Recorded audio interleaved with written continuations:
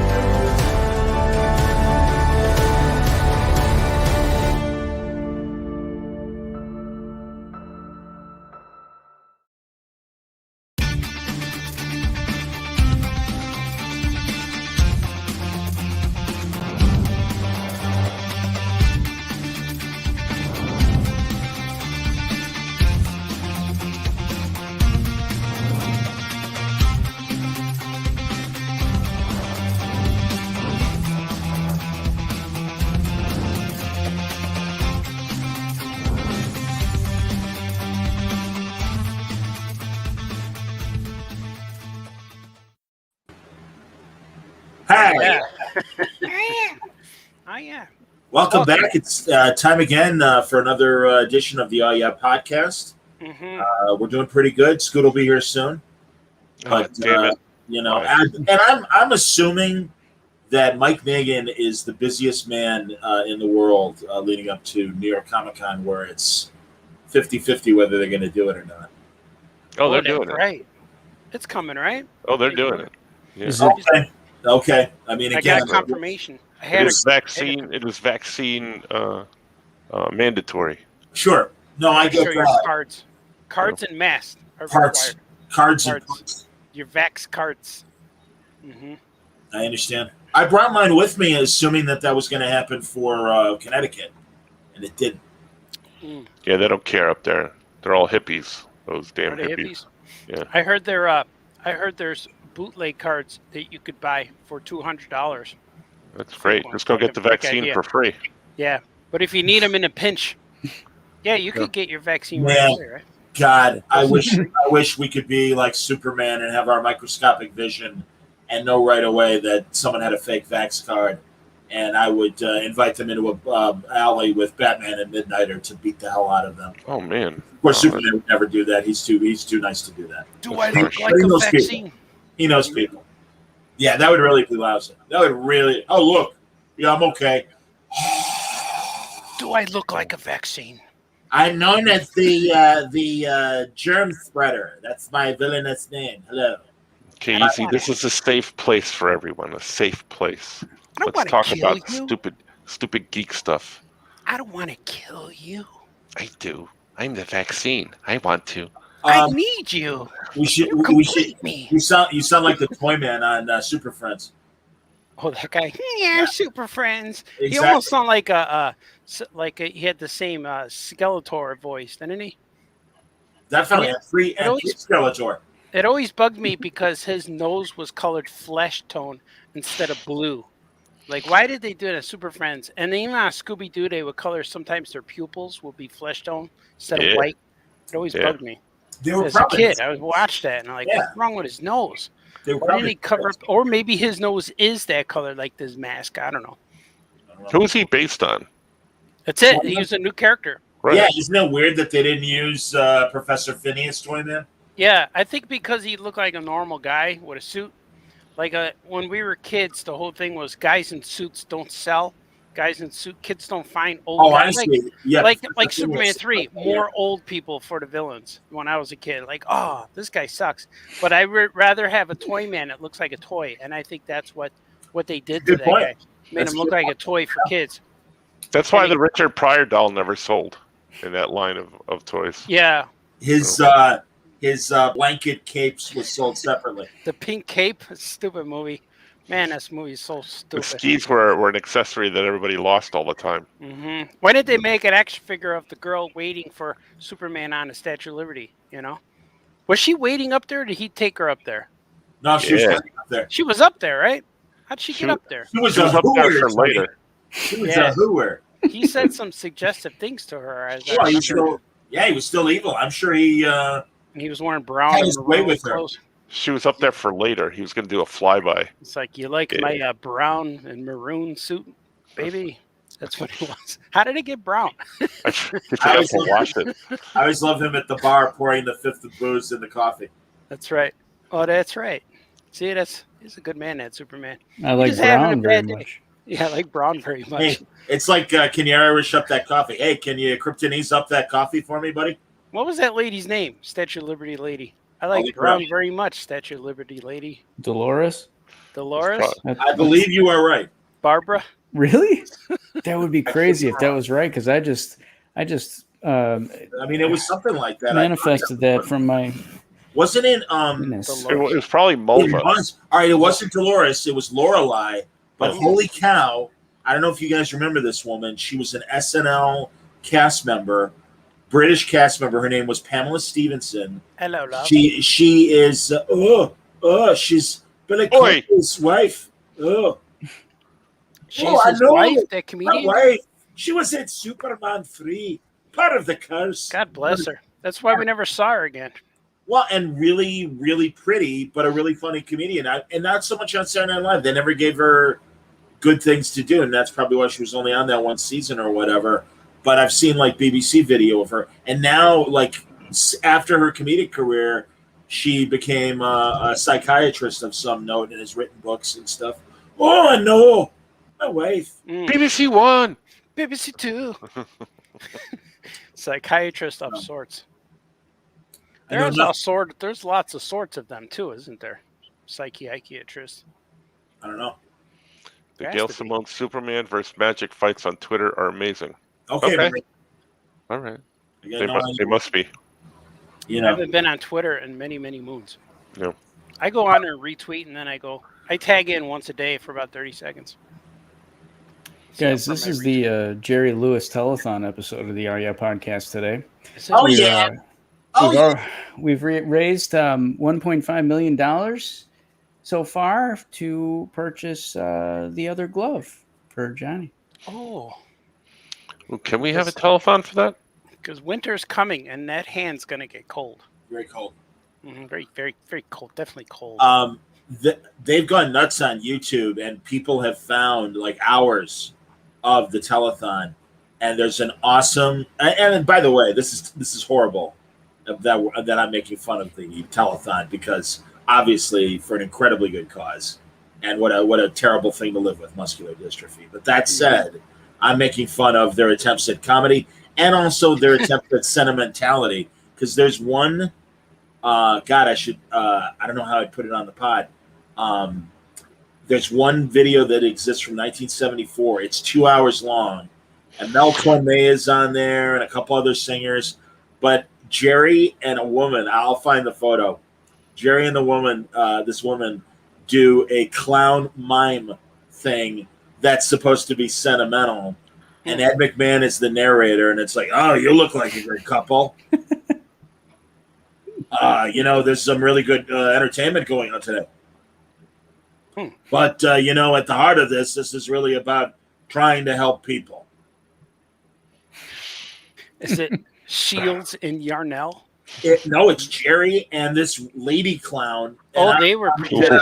I'm going to get a screen cap because Lady Clown. Really, that's my new Bulk comic that's coming out soon, Lady Clown. And the Lady Clown.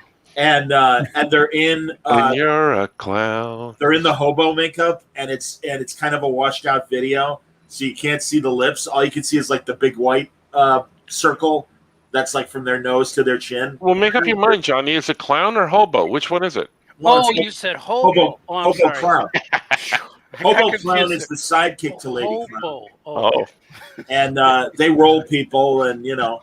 Because I know hobo, it was the hobo 70s. clown likes to get right up next to lady clown. You Well, I know? know it's the 70s and all, you know. But it's so Say not something only like that. so they do like a 5-minute sketch, and it's maybe you ought to call and help these people out.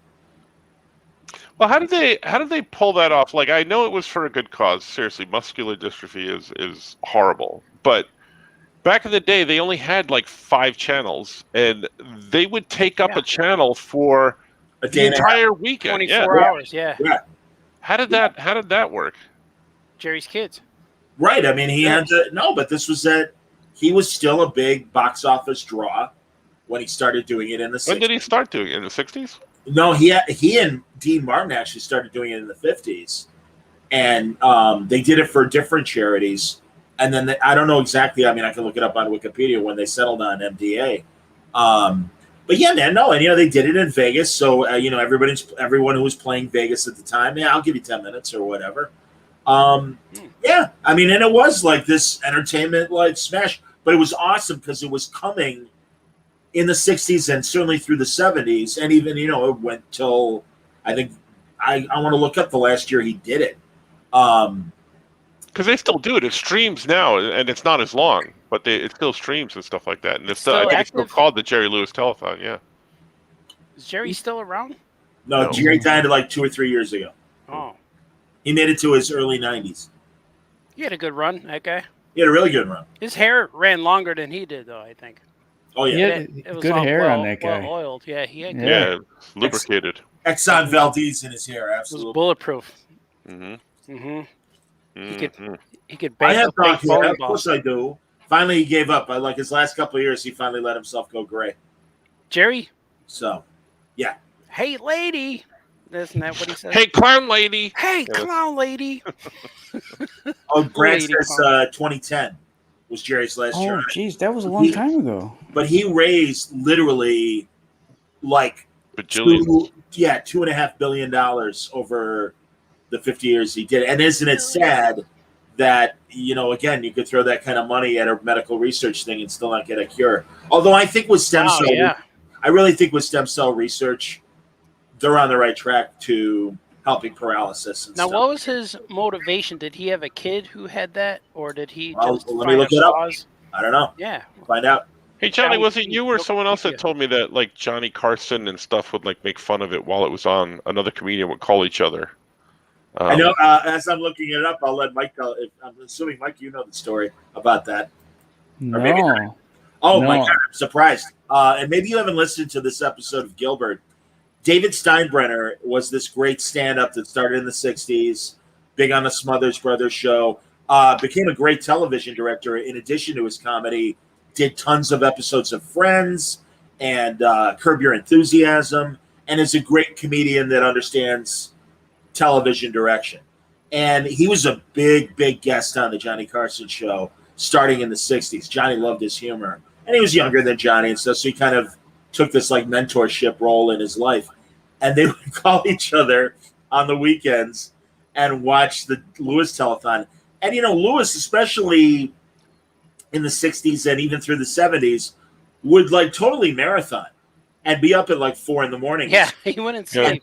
And that's when, I like that. Yeah, and that's when he was like at his like craziest. And, he had a Percodan addiction, and maybe he was, I have no idea, the times he was. I remember during the 70s, he would be on like, you'd wake up at like 8 a.m. He'd be on. You went to bed at like 11 o'clock at night. He's still on, and he had a drink and a cigarette and everything. Oh. And yeah.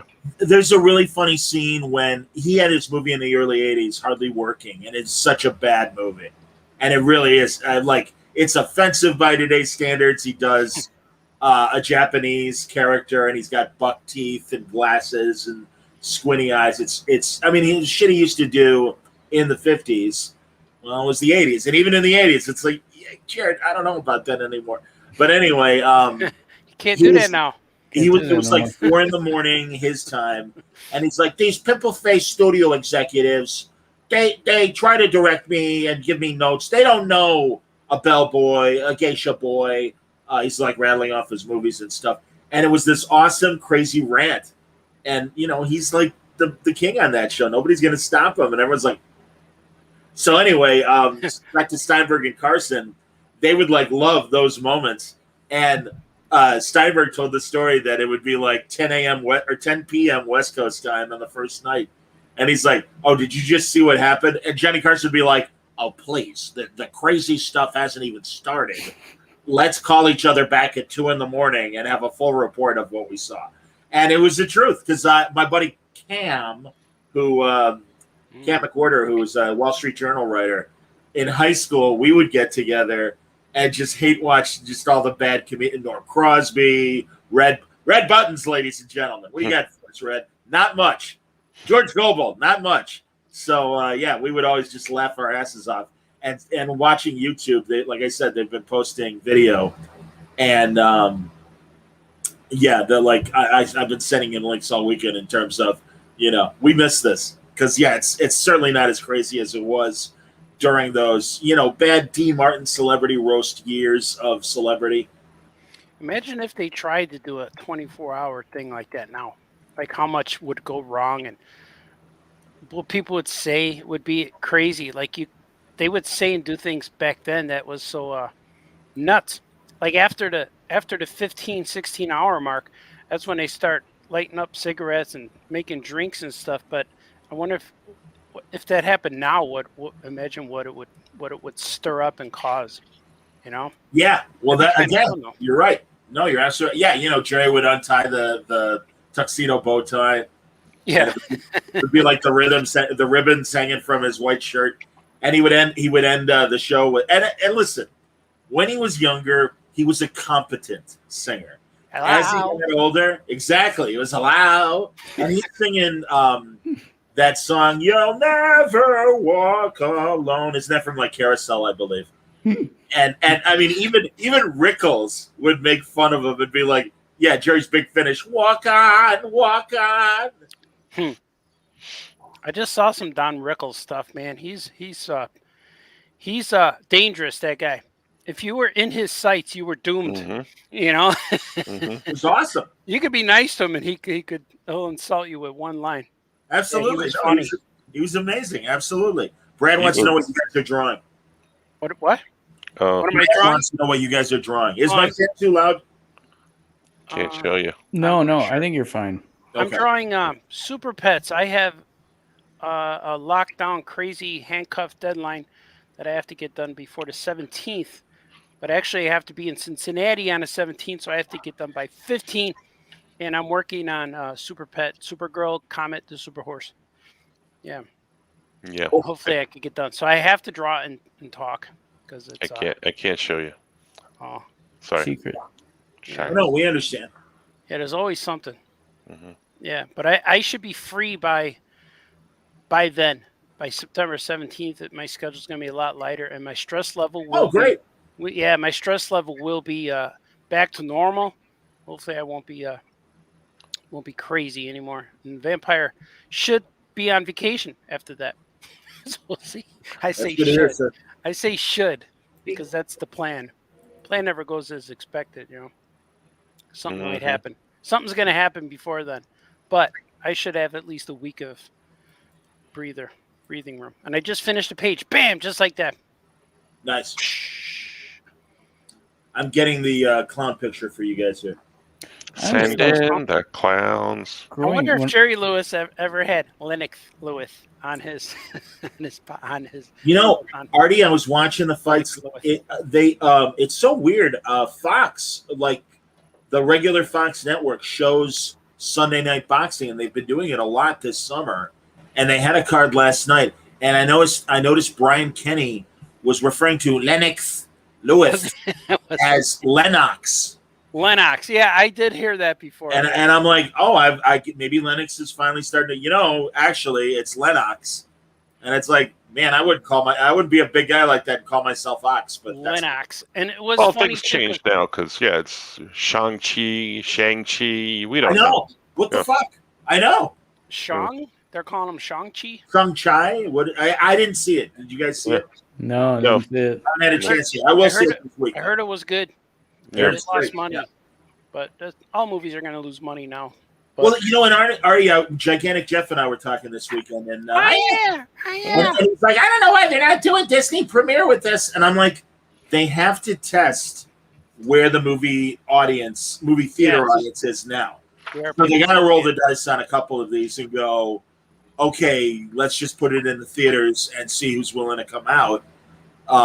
And so I don't blame them for doing that. It sucks because I would rather watch it in the comfort of my home, but.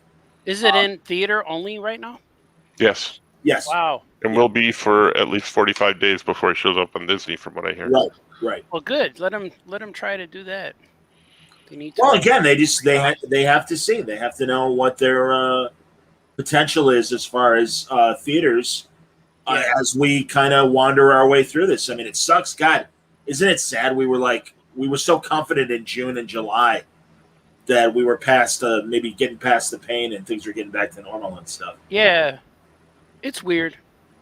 I got so used to it, the weirdness being the normal. I got so used to it. Did you? Because honestly, now I feel like a jerk sometimes. Sometimes, who am I kidding? When I mean, I've always got a mask on me. Yeah. I only wear them when I enter a building, and sometimes I'll be like listening to a podcast or rocking the G. I won't deny it. And I'll walk in the building, and they're like, "I'm sorry, do you have a mask?" And I'm like, "Oh Jesus, yes I do." And immediately, like, it's in my breast pocket, and I'm like, "Oh, I'm so sorry." And he says, "My name's not Jesus." Yeah. Well, but I'm saying, because I'm like, I really got used to not wearing a mask again, and here we are.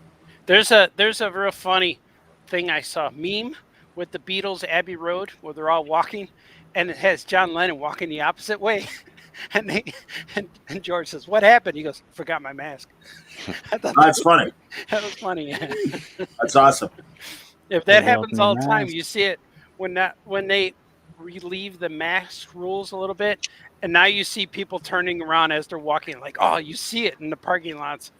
Like, oh, that guy forgot his mask. Here's that picture of sad clown, hobo clown, and lady clown. Oh, Wow. I don't. I like that they don't even go full makeup.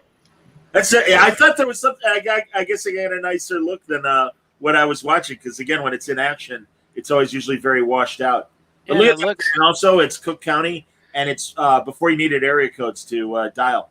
And it looks a little bit like a prison photo, like a photo shoot because of the Cook County, and that's their numbers. That's true. They could be. It could be a post office wanted. Yeah, that's what it looks like. Also, look how sad the lady is to be there. Yeah, I don't think I like this. I'm feeling uncomfortable. The lady. The lady. The clown lady. I like the clown lady. I like the clown lady. I always thought Jerry was serious. Because growing up, I only ever knew him from the telethon, and he always seemed like he was serious and sad sometimes. And so I didn't know until I was much older that he did comedy. Well, he wanted to let everyone know what kind of intellectual he was. And it's funny because even in the early 60s, he had it only lasted 13 weeks. ABC did back in the early 60s, this 3-year, $9 million deal that they would give Jerry Lewis 3 hours of prime time on Saturday night. And he would host a wild show that had interviews and sketches and songs, and it massively bombed. And they even built his own theater. It was the Jerry Lewis Theater and everything.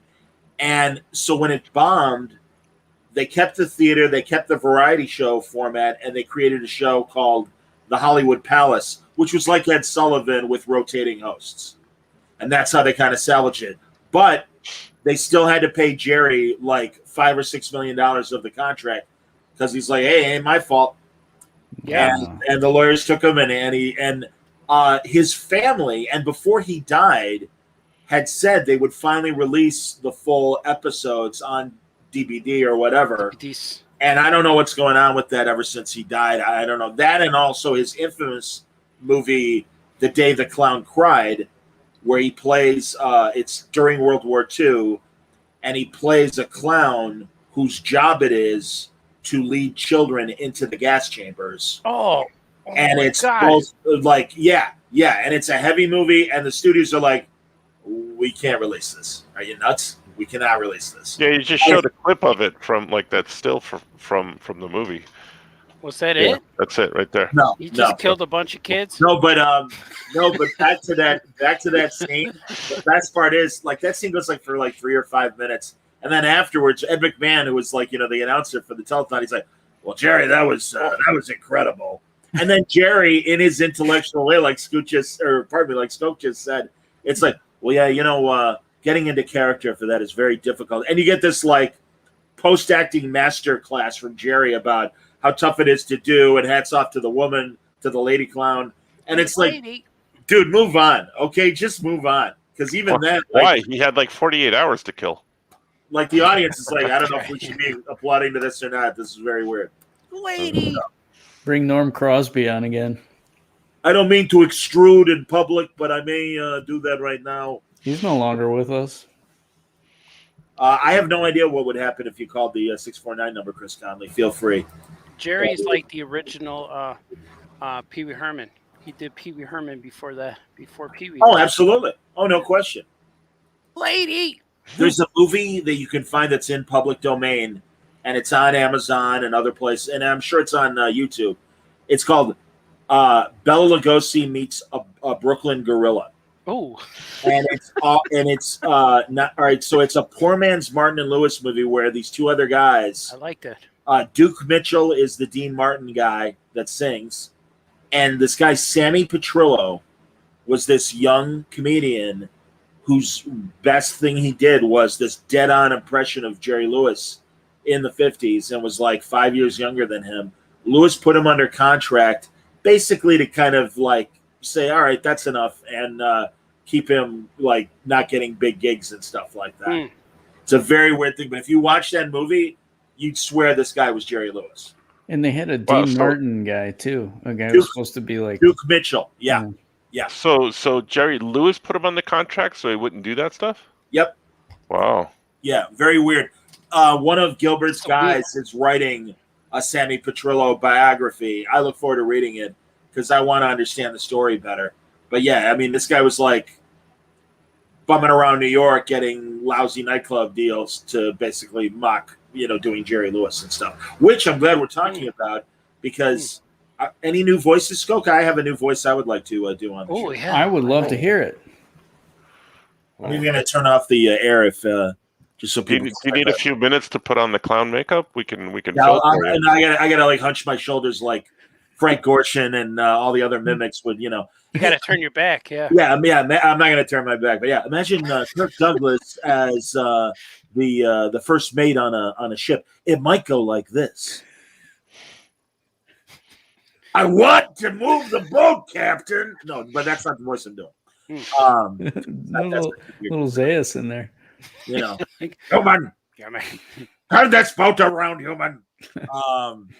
No, I love one of my favorite podcasts is a Star Trek podcast that's weekly called the Inglorious Treksperts.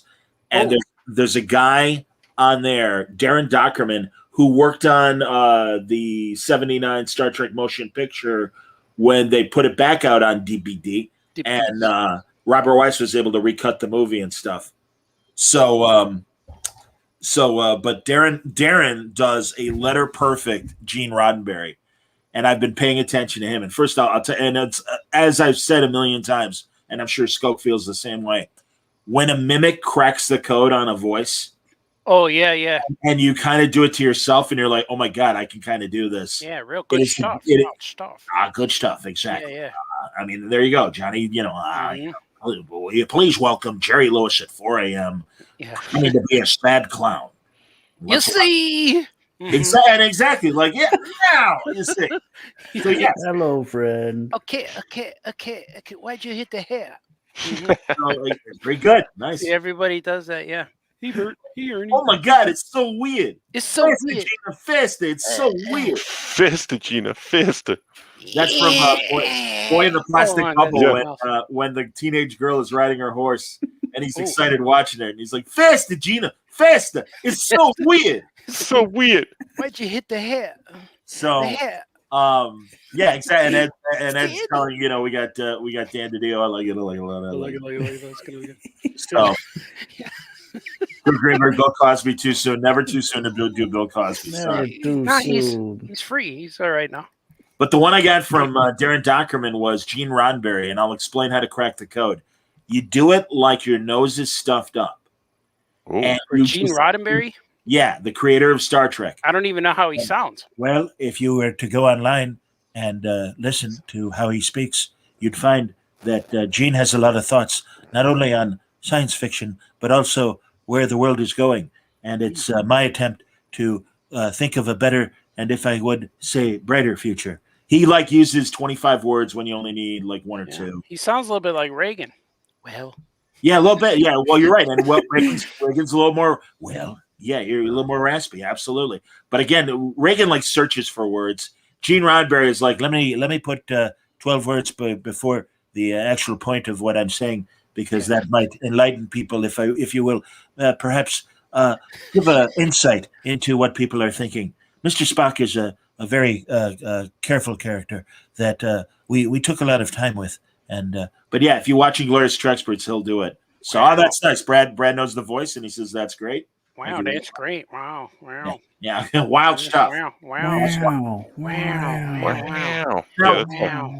Andrew was asking about any Dan Lee updates. The only Dan Lee that comes to my immediate mind is my old station owner from Chicago for WXRT. Wow. And I'm assuming, Andrew, you do not mean that. So which Dan Lee do you need an update It's about? Like Dan DiDio and Jim Lee. Yeah, maybe an alternate universe Stanley, perhaps.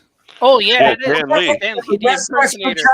Of course. That's who it is. Of course. Is it really? I was just guessing. Yeah, it is. He's there's this convention booking this guy who's a Stanley impersonator. Oh no. And he's one of their guests, he's their main guest. They're using him to sell tickets. Hey, it's a Hurtin' Con. Yeah, like Hurtin' Con. It's in a tiny Florida city. It's like somebody's grandpa. Here, put these green pants on and beige. I'm Dan Lee. Yeah. I created Spider-Man, kinda. I had already forgotten about him, and everyone is reminding us now. So yeah, that's great. I want to do a. I cannot do George Lucas yet. No, I can't. No, I can't either. I like Hurtin' Con. That's pretty good. Yeah, I like George Lucas. Well, it looks good here. Artie can tell you stories about Chicago suburban Hurtin' Cons. Oh yeah, Hurtin' Cons are the best. That's right. I got my start. Hurtin' Con 2012. It's where you go and nobody shows up. And it's kind of like where me and Franco met. Nobody shows up, and the only hope you have. Here's what only hope I had was hopefully my parents will show up with lunch, and they did. They showed up with McDonald's burgers, and they showed up with extra burgers because they knew the other guys around me were hungry too. So they passed out. Now I met some people that way. Hey, was that your dad? Like, hey, he just gave me a burger. Yeah, man, it's good stuff. Yeah, we met at a Hurtin' Con. That's how we met. Mm-hmm. We wouldn't have had time to talk to each other otherwise, I think. Yeah, if it's a busy show, you don't make any friends. If it's a Hurtin' Con, that's where you meet all your friends. Yeah, you're walking over. Hey, what's your table? Oh, nice to meet you. Hey, man, sorry to disturb your nap, but you doing all right? How you doing, man? Well, I just heard you guys. It was an old interview. You were talking about how you two guys first met, and you met. As Franco was yelling at some guy. Yeah. Some guy was critiquing his book when that was not asked for, and Franco was yelling at the guy, and Art walks by and goes, "You sell a lot of books." Yeah, smart alecky Baltimore. Yeah. I was always a wisecracking, smart. And then I was annoyed, and then he sat up next to me, and then 5 minutes later, he's like, "Hey, can I read through one of your books?" And I'm like, really? Did you see that on Jamar's show, Jamar Nicholas, Pencil to Pencil? That's what it was. I reposted that because we did that show about a year ago, and I've been watching a lot of Jamar lately, Pencil to Pencil, and good man. I went on his YouTube, and he has a YouTube channel, so I reposted our video, and I watched it that night. I was feeling a little down and out and low and defeated, and I watched it, and I thought, hey, we're pretty cool. We do know how to get stuff done. Our stories inspired myself to continue, and ever since I re-listened to that, I've been feeling good, and it's really strange how that happened. I was just out, when the world is asleep, and it's 3:30 in the morning, and it's a Friday night, and like, damn, what am I doing? And then I listened to that, and I'm like, oh, okay, this is just like calling Franco or Jamar or Mike Manley. They're all inspiring me right now. So that I have that effect on people at 3 a.m. when they're like, damn, what am I doing? So that's the effect I have on people. But the things you say is like they're listening to what you said a year ago, so it's pretty good. But I just had Jamar on Catching Up with Franco. Not too long ago. I have to listen to that one still. I got to do another show because I've been so busy. I haven't done anything. Yeah, it's rough, man. It's rough.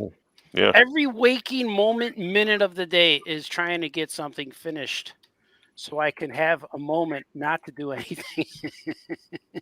Deadlines. Skulk, I understand you've been golfing lately. Yes, I went yesterday. I went golfing for the first time in a long time with a couple friends.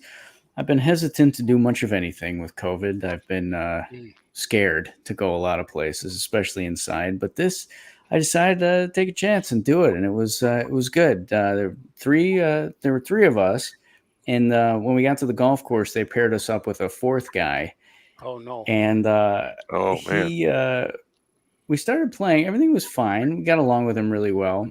But I guess at one point he told the other two guys I was with that I reminded him of Niles from Frasier. Oh. So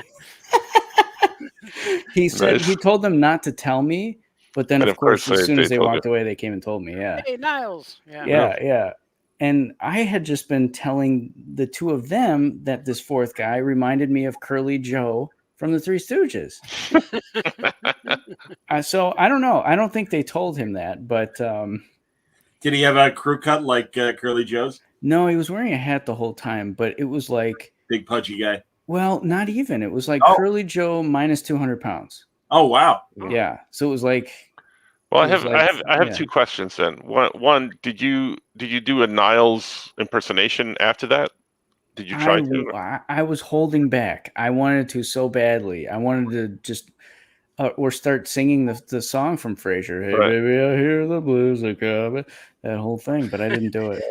I don't have a Niles. Salad and scrambled eggs. Yes. Yeah. Curly Joe, the not so hard. Is that Curly? No, that's Joe Besser. Oh, that's right. Yeah. I'm confusing my Joes. Curly Joe was in all the movies. He was in all the 60s movies. Yapple Dapple. Yeah. I have to. Joe Besser, yes. That's right. That's him. So my other question then is, why golf? I don't get it. I know there's a lot of people that play golf. I don't understand the appeal. I didn't know why for a while. I did it because I'm not Skokie Hyde Pierce. Exactly. Yeah. I don't. They're bringing back Frasier. Yeah, they're rebooting Frasier. Why not? That's true. Why not? Golf for me, I've never gotten better because I don't play often enough to get better. Every time I go out, I'm terrible. But it's more about the day, just being outside and the people you're with. That's all it is. Sure, hang out. Yeah. My dad tried so hard to get me into golf, and I absolutely hated it. I know that it's like the one great regret. He's like, but we could like be out all day, and I'm like, can we do that without the golf? Because I really did like my dad. I'm really pleased to say that I never had a bad experience with my father. My father really was like one of my best friends, and it meant the world to me that I could make him laugh. And when we worked together in the summers, and I'd go to work for his restaurant and stuff, God bless him. I'm sure he was busy with the business and everything, but all I know is I had a great time, and we'd laugh our asses off driving to work and driving home, and the whole experience. But yeah. I could never get into it either. And he was a great bowler, and he was a good golfer, and he would win trophies. But he was much more proud when he'd win a golf trophy because he's like, bowling's easy. That's nothing. But, it is that I can appreciate the amount of skill and patience it takes to make a good shot. And when you do make, it's those moments on the golf course of, God damn, that was the best drive I've ever done. Or, holy cow, Christ, I was in the trap, and now I'm, less than a foot away from the hole. Well, that's my whole point. Wouldn't it be easier if they didn't put those sand things in there and lakes and stuff like that? Like miniature golf, that makes more sense to me because you're out in like a half an hour. You're done. By the way, the Three Stooges golf short is one of the greatest Three Stooges ever. Because Mo is like just hacking up the fairways with like giant divots that are like bigger than footballs and stuff. And the grounds guy's like, "What are you doing? You using a shovel?" And he goes, No, I'm getting better. Look, the pieces are getting smaller. Or Curly's using the ball washer to do his laundry. Ball washer. Yeah. Exactly. I think speaking of Three Stooges playing golf, Artie and I, remember when we went to go play miniature golf that one night? I do remember, yeah. That was in Florida, I think, right? Somewhere, yes. Yeah. We had a crowd following us at that point. When we were I was pretending to be your butler. That's right. That was fun. I'd make him go get the ball. You were talking to me in an English accent. That's right. Call me Arthur. My ball needs washing, Arthur. Mm-hmm. What sport do you like to play, Franco? Yeah, I want to hear that. Oh. Is there one? No, I played soccer in college, but I wound up not liking it because they would call me spaghetti legs, and that wasn't a lot of fun. Yeah, that's me. Were they bendy? Were your legs bendy? Apparently, they made fun of the way I would run, so they would call me spaghetti legs, and I was. I was Italian. You must have been like a forward or a backer. Oh, yeah, the Italian. Yeah. I was like a forward guy. I only played for one season year, and it was bad. On MeTV, I've told you guys before. There's a third channel now of MeTV. Third. Yeah, because it's MeTV. What used to be MeTV 2, they turned into Heroes and Icons, and they show like 6 hours of Star Trek every night except Saturday night, which I love, from the original series all the way through Enterprise. And then, but on MeTV Plus, the third channel, my time, so 1 a.m. to 3 a.m. your time, Franco, they run 2 hours of comedy classics, and it's all shorts of Little Rascals, Laurel and Hardy, and the Stooges. Where's this MeTV Plus? I only see MeTV. I don't know. You have to see if it's in your area. But, that's funny. Don says spaghetti legs better than manicotti legs. Manicotti. Real thick. I don't know about that. It's better than Niles. Better than Niles from Frasier, too. There you go. Better than no legs. But I don't know, man. I would say look up MeTV Plus and see if you can find it in the New York viewing area. I'm going to do it right now. But yeah, it's one of those digital channels like MeTV and stuff. Like, you don't need cable for it. You can just buy a $20 digital channel and pull all the stuff in. But it's awesome. And I've been especially enjoying the really old Little Rascals with Jackie Cooper when he was a kid. Yeah. Chubsy Ubsy. Chubsy Ubsy. And there was the one where they're doing a school play and they're doing, I think, Shakespeare. And Edgar Kennedy is almost like a caveman and he wrestles the lion. Whoever's in the lion outfit keeps giving him grief. So they actually get into a fist fight. And then it ends in a massive pie fight. And don't get me wrong, I know pie fights are the lowest form of slapstick, but those reactions on their faces are just hilarious. And little Mary is just like covered in like black goop. You have no idea, like you can barely see her eyes. But Chubsy gets like totally like, pummeled with pies. But like little Jackie Cooper, he would have gosh, Miss McGillicuddy. He would have said exactly. Like that. Yeah, Miss When Crabtree. he stuck his head out the curtain and went, yeah. Yeah. Oh, Miss Crabtree. There's something. I have an update on. Yeah. I have an update on MeTV Plus. Go ahead. MeTV Plus is operating only in Chicago and in it Phoenix. is. Chicago and Phoenix. Those are the only two places. Wow, that sucks. -.2.0.metv//. It's too bad because they show those stuff. They show an hour. The hour before they do an hour of cartoons at night, and on Sunday afternoons they do all of the Jerry Anderson puppet shows. So you got Thunderbirds, you got Fireball, XL5, you got Supercar. I mean, these are just Stingray. Oh, let me walk over and talk to all of those things sound like things that happen and go wrong in the bathroom. Stingray. Fireball, I saw 5. Oh! Thunderbird. Stingray. Yeah, I got a stingray. I got a really bad stingray. I had to put Bactine on it.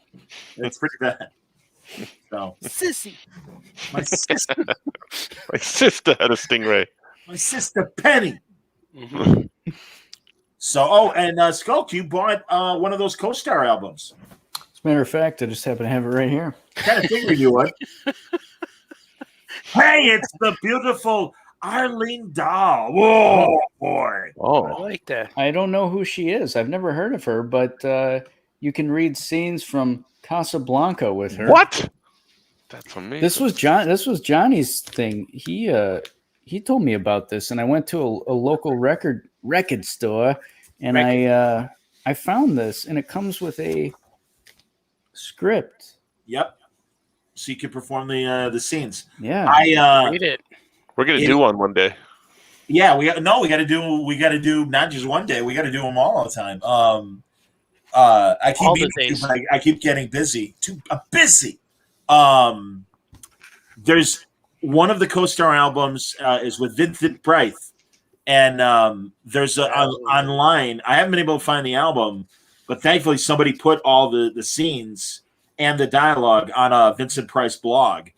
And if you look up Vincent Price co-star, you should be able to find it. But there's among the scenes, he does a Western where he's a gambler, and it's a poker game or whatever. And I really want to do it, but I want to do it as like either Ray Romano or like, so I bet $10. All right, Vincent. What do you got? Julie. Deborah. Barbara.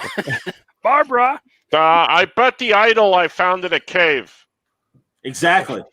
No, and these are not the droids we're looking for, Deborah. There's more than 2 dozen, or no, maybe there's only 15. So there's more than a dozen. But it's like George Raft, the Poor Man's Humphrey Bogart. Cesar Romero does an album, and there's a great safe cracking scene with Cesar Romero. But yeah, it was cool with Arlene Dahl because obviously, Casablanca, you can do a lot of cool scenes, I'm sure. Well, if we do the one with Cesar Romero, we all have to have mustaches, or we can't do it. We can't act opposite him. We need the Jerry Lewis whiteface makeup, but still have our mustaches underneath it. Sad Jerry Lewis. There is. Children. We know Scoot can do a mustache. Oh yeah, he does a real good one too. The poor man. He looks like Pedro. He looks like Pedro from when he's in his COVID picture, where he's got the bloodshot eyes and the mustache. He looks like Pedro from Napoleon Dynamite. Vote for Pedro. Yeah. That is good though. Vote for Pedro. Absolutely. Vote for Pedro. So have you started experimenting with the scenes, Skoke? No, I haven't. I bought this and then I just forgot about it for 2 weeks until now.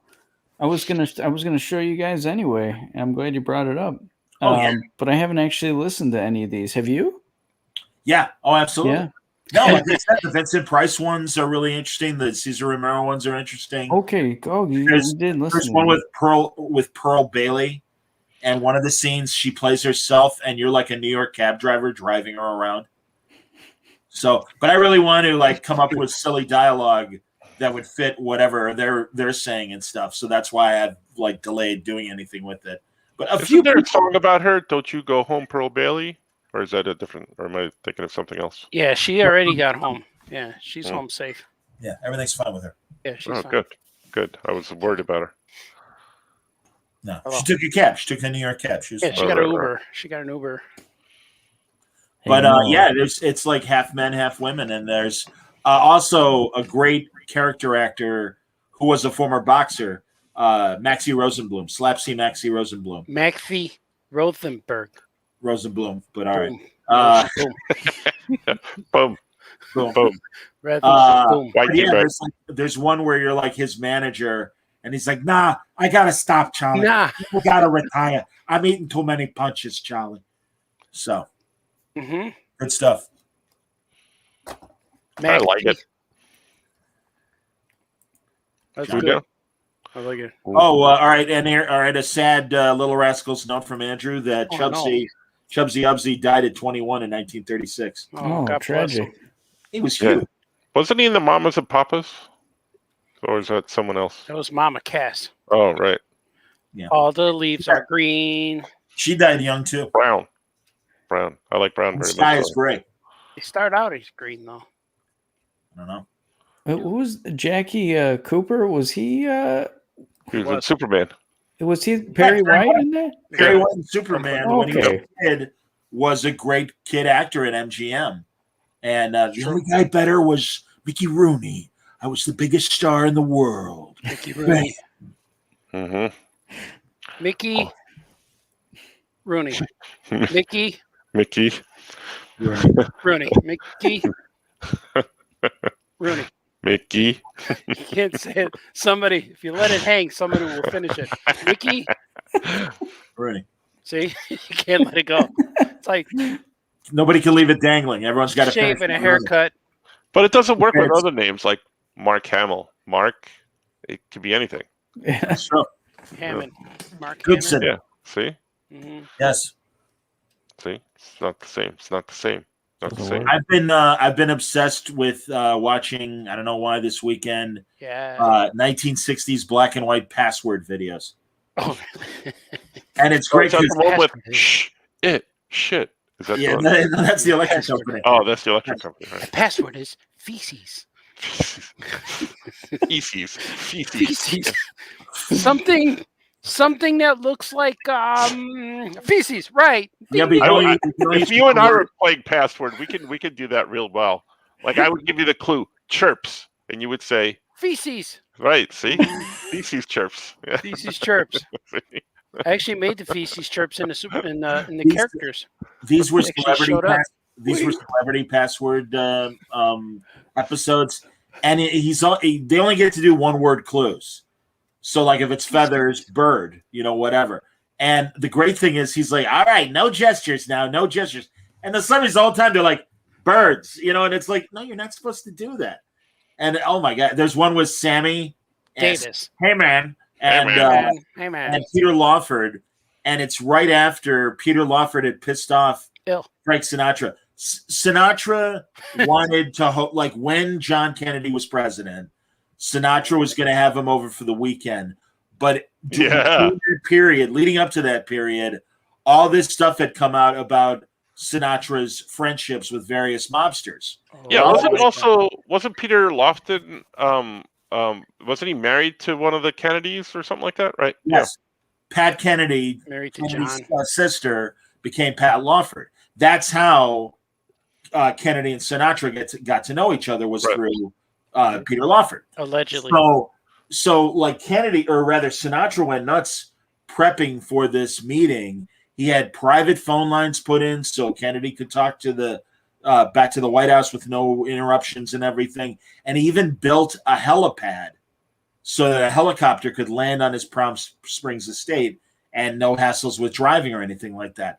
Well, things got so hot that not only did Kennedy not end up staying the weekend at Sinatra's, he stayed at Bing Crosby's Palm Springs. Ah, damn. And Bing Crosby was also a known Republican. And it pissed off Sinatra so much. And he blamed Peter Lawford. And Peter Lawford had, it's like, hey man, I didn't have anything to do with it. I'm not the one I'm not friends with Sam Giancana. Hey man, it was Sammy. Yeah, look, man, I think you're being a little hard on our friend Sir Peter right now. So anyway, that's a hell of a helipad, man. Their friendship broke up. Sammy and Peter are on Password, and so gentlemen, what movies have you got coming up? And they cut to Sammy and says, well, I'm in a new movie with Frank Sinatra and Dean Martin called Robin and the Seven Hoods. And that's the first Rat Pack movie where Peter's not in it.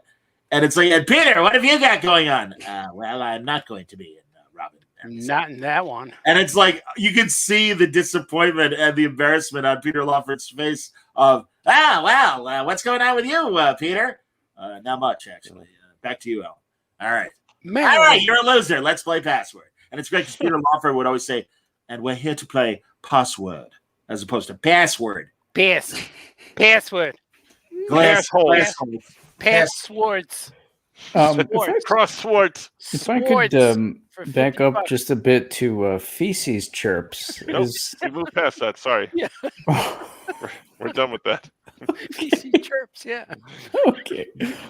We can move on. No, we got it. I got a good story if you want to know. You can cut that out.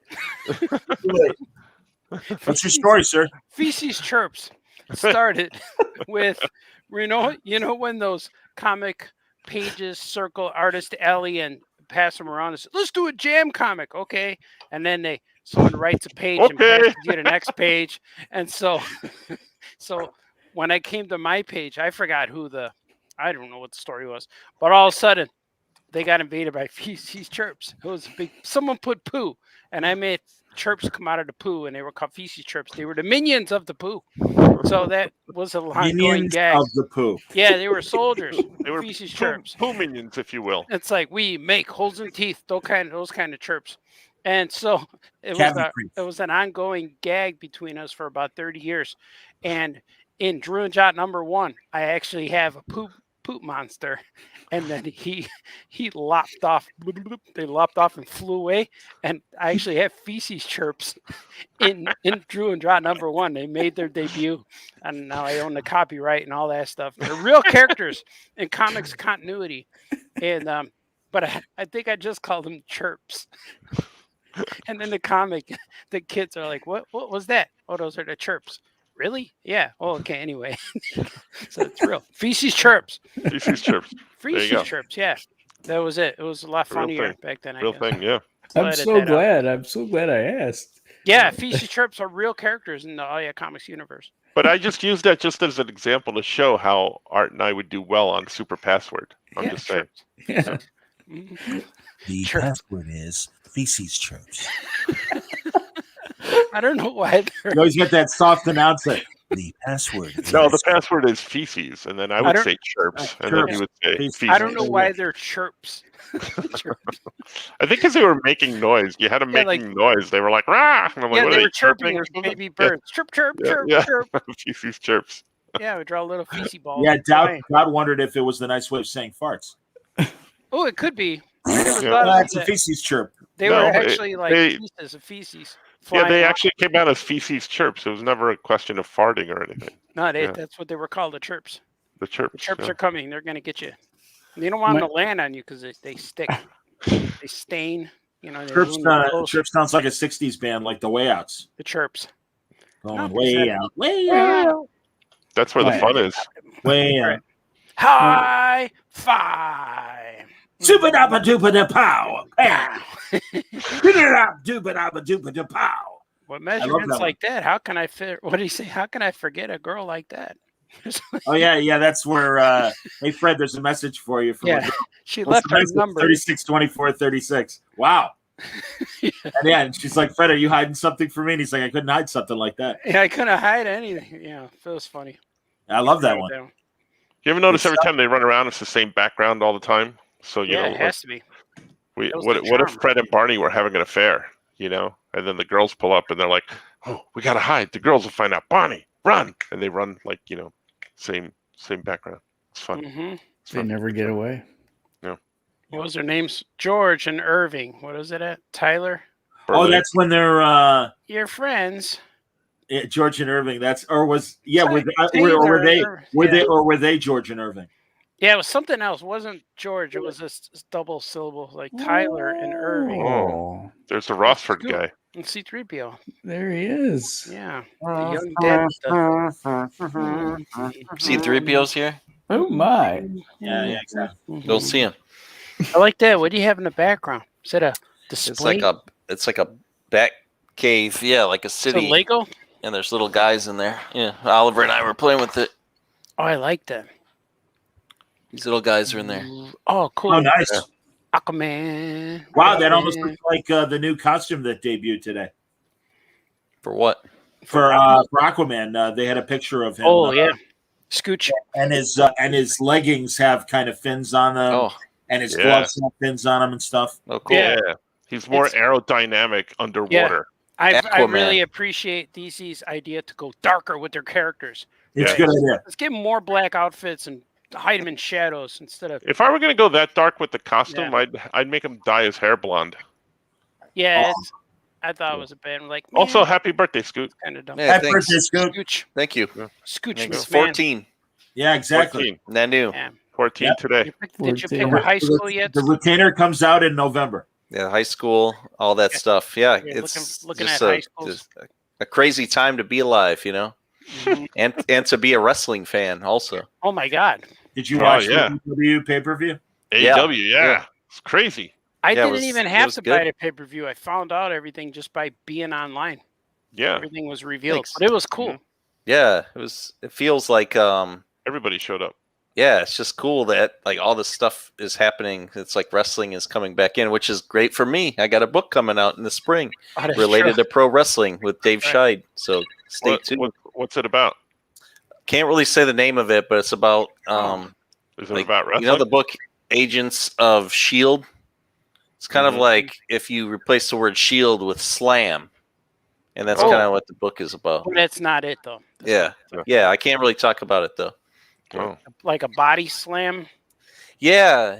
You know, like a Like your body slam. slam or like a an agent of slam. So Oh, yeah. Like Is CM Punk in it? Because I won't buy it unless CM Punk is in it. well, let's just say they're all original characters, but maybe he could portray one of these characters if it was ever produced into a real movie. That would be cool. Let me tell you something, brother. Yeah. Yeah, that's cool, man. What is the other company gonna do now? The other one? Oh yeah, WWE? the Do one they that have got guys the one up that there got the F out. That one. Yeah. Like, Yeah. do they have any more guys over there? Sure they do. Yeah. It's not good. It's like when WCW was eating WWF's lunch back in the 90s and stuff. It's like, no, these things kind of ebb and flow. They got them other guys over there. Yeah. Yeah. Yeah. Over by there. Over by there. Yeah, but the CM Punk, the roof came off the place because he actually wrestled. So it was crazy. In Chicago, yeah. In Chicago. And you heard his song. Dun, dun, dun, dun, CM Skoke, I like that. I like that It's a new too. character. Yeah, I want to be in the movie. CM Skoke. I'll be playing a wrestler, and also playing David Hyde Pierce. When he golfs, he's Skokie Woods. A wrestler like portrayed by David Hyde Pierce. Yeah, Oh. Scoot. We were saying before you came on, I went golfing yesterday, and a guy I was golfing with, a stranger, called me David Hyde Pierce. He said, Oh, yeah." I reminded him of Niles from Frasier. Yeah. What an honor. Yeah. That means you're very articulate. I would take Yeah. that, you know. Or Yes. neat.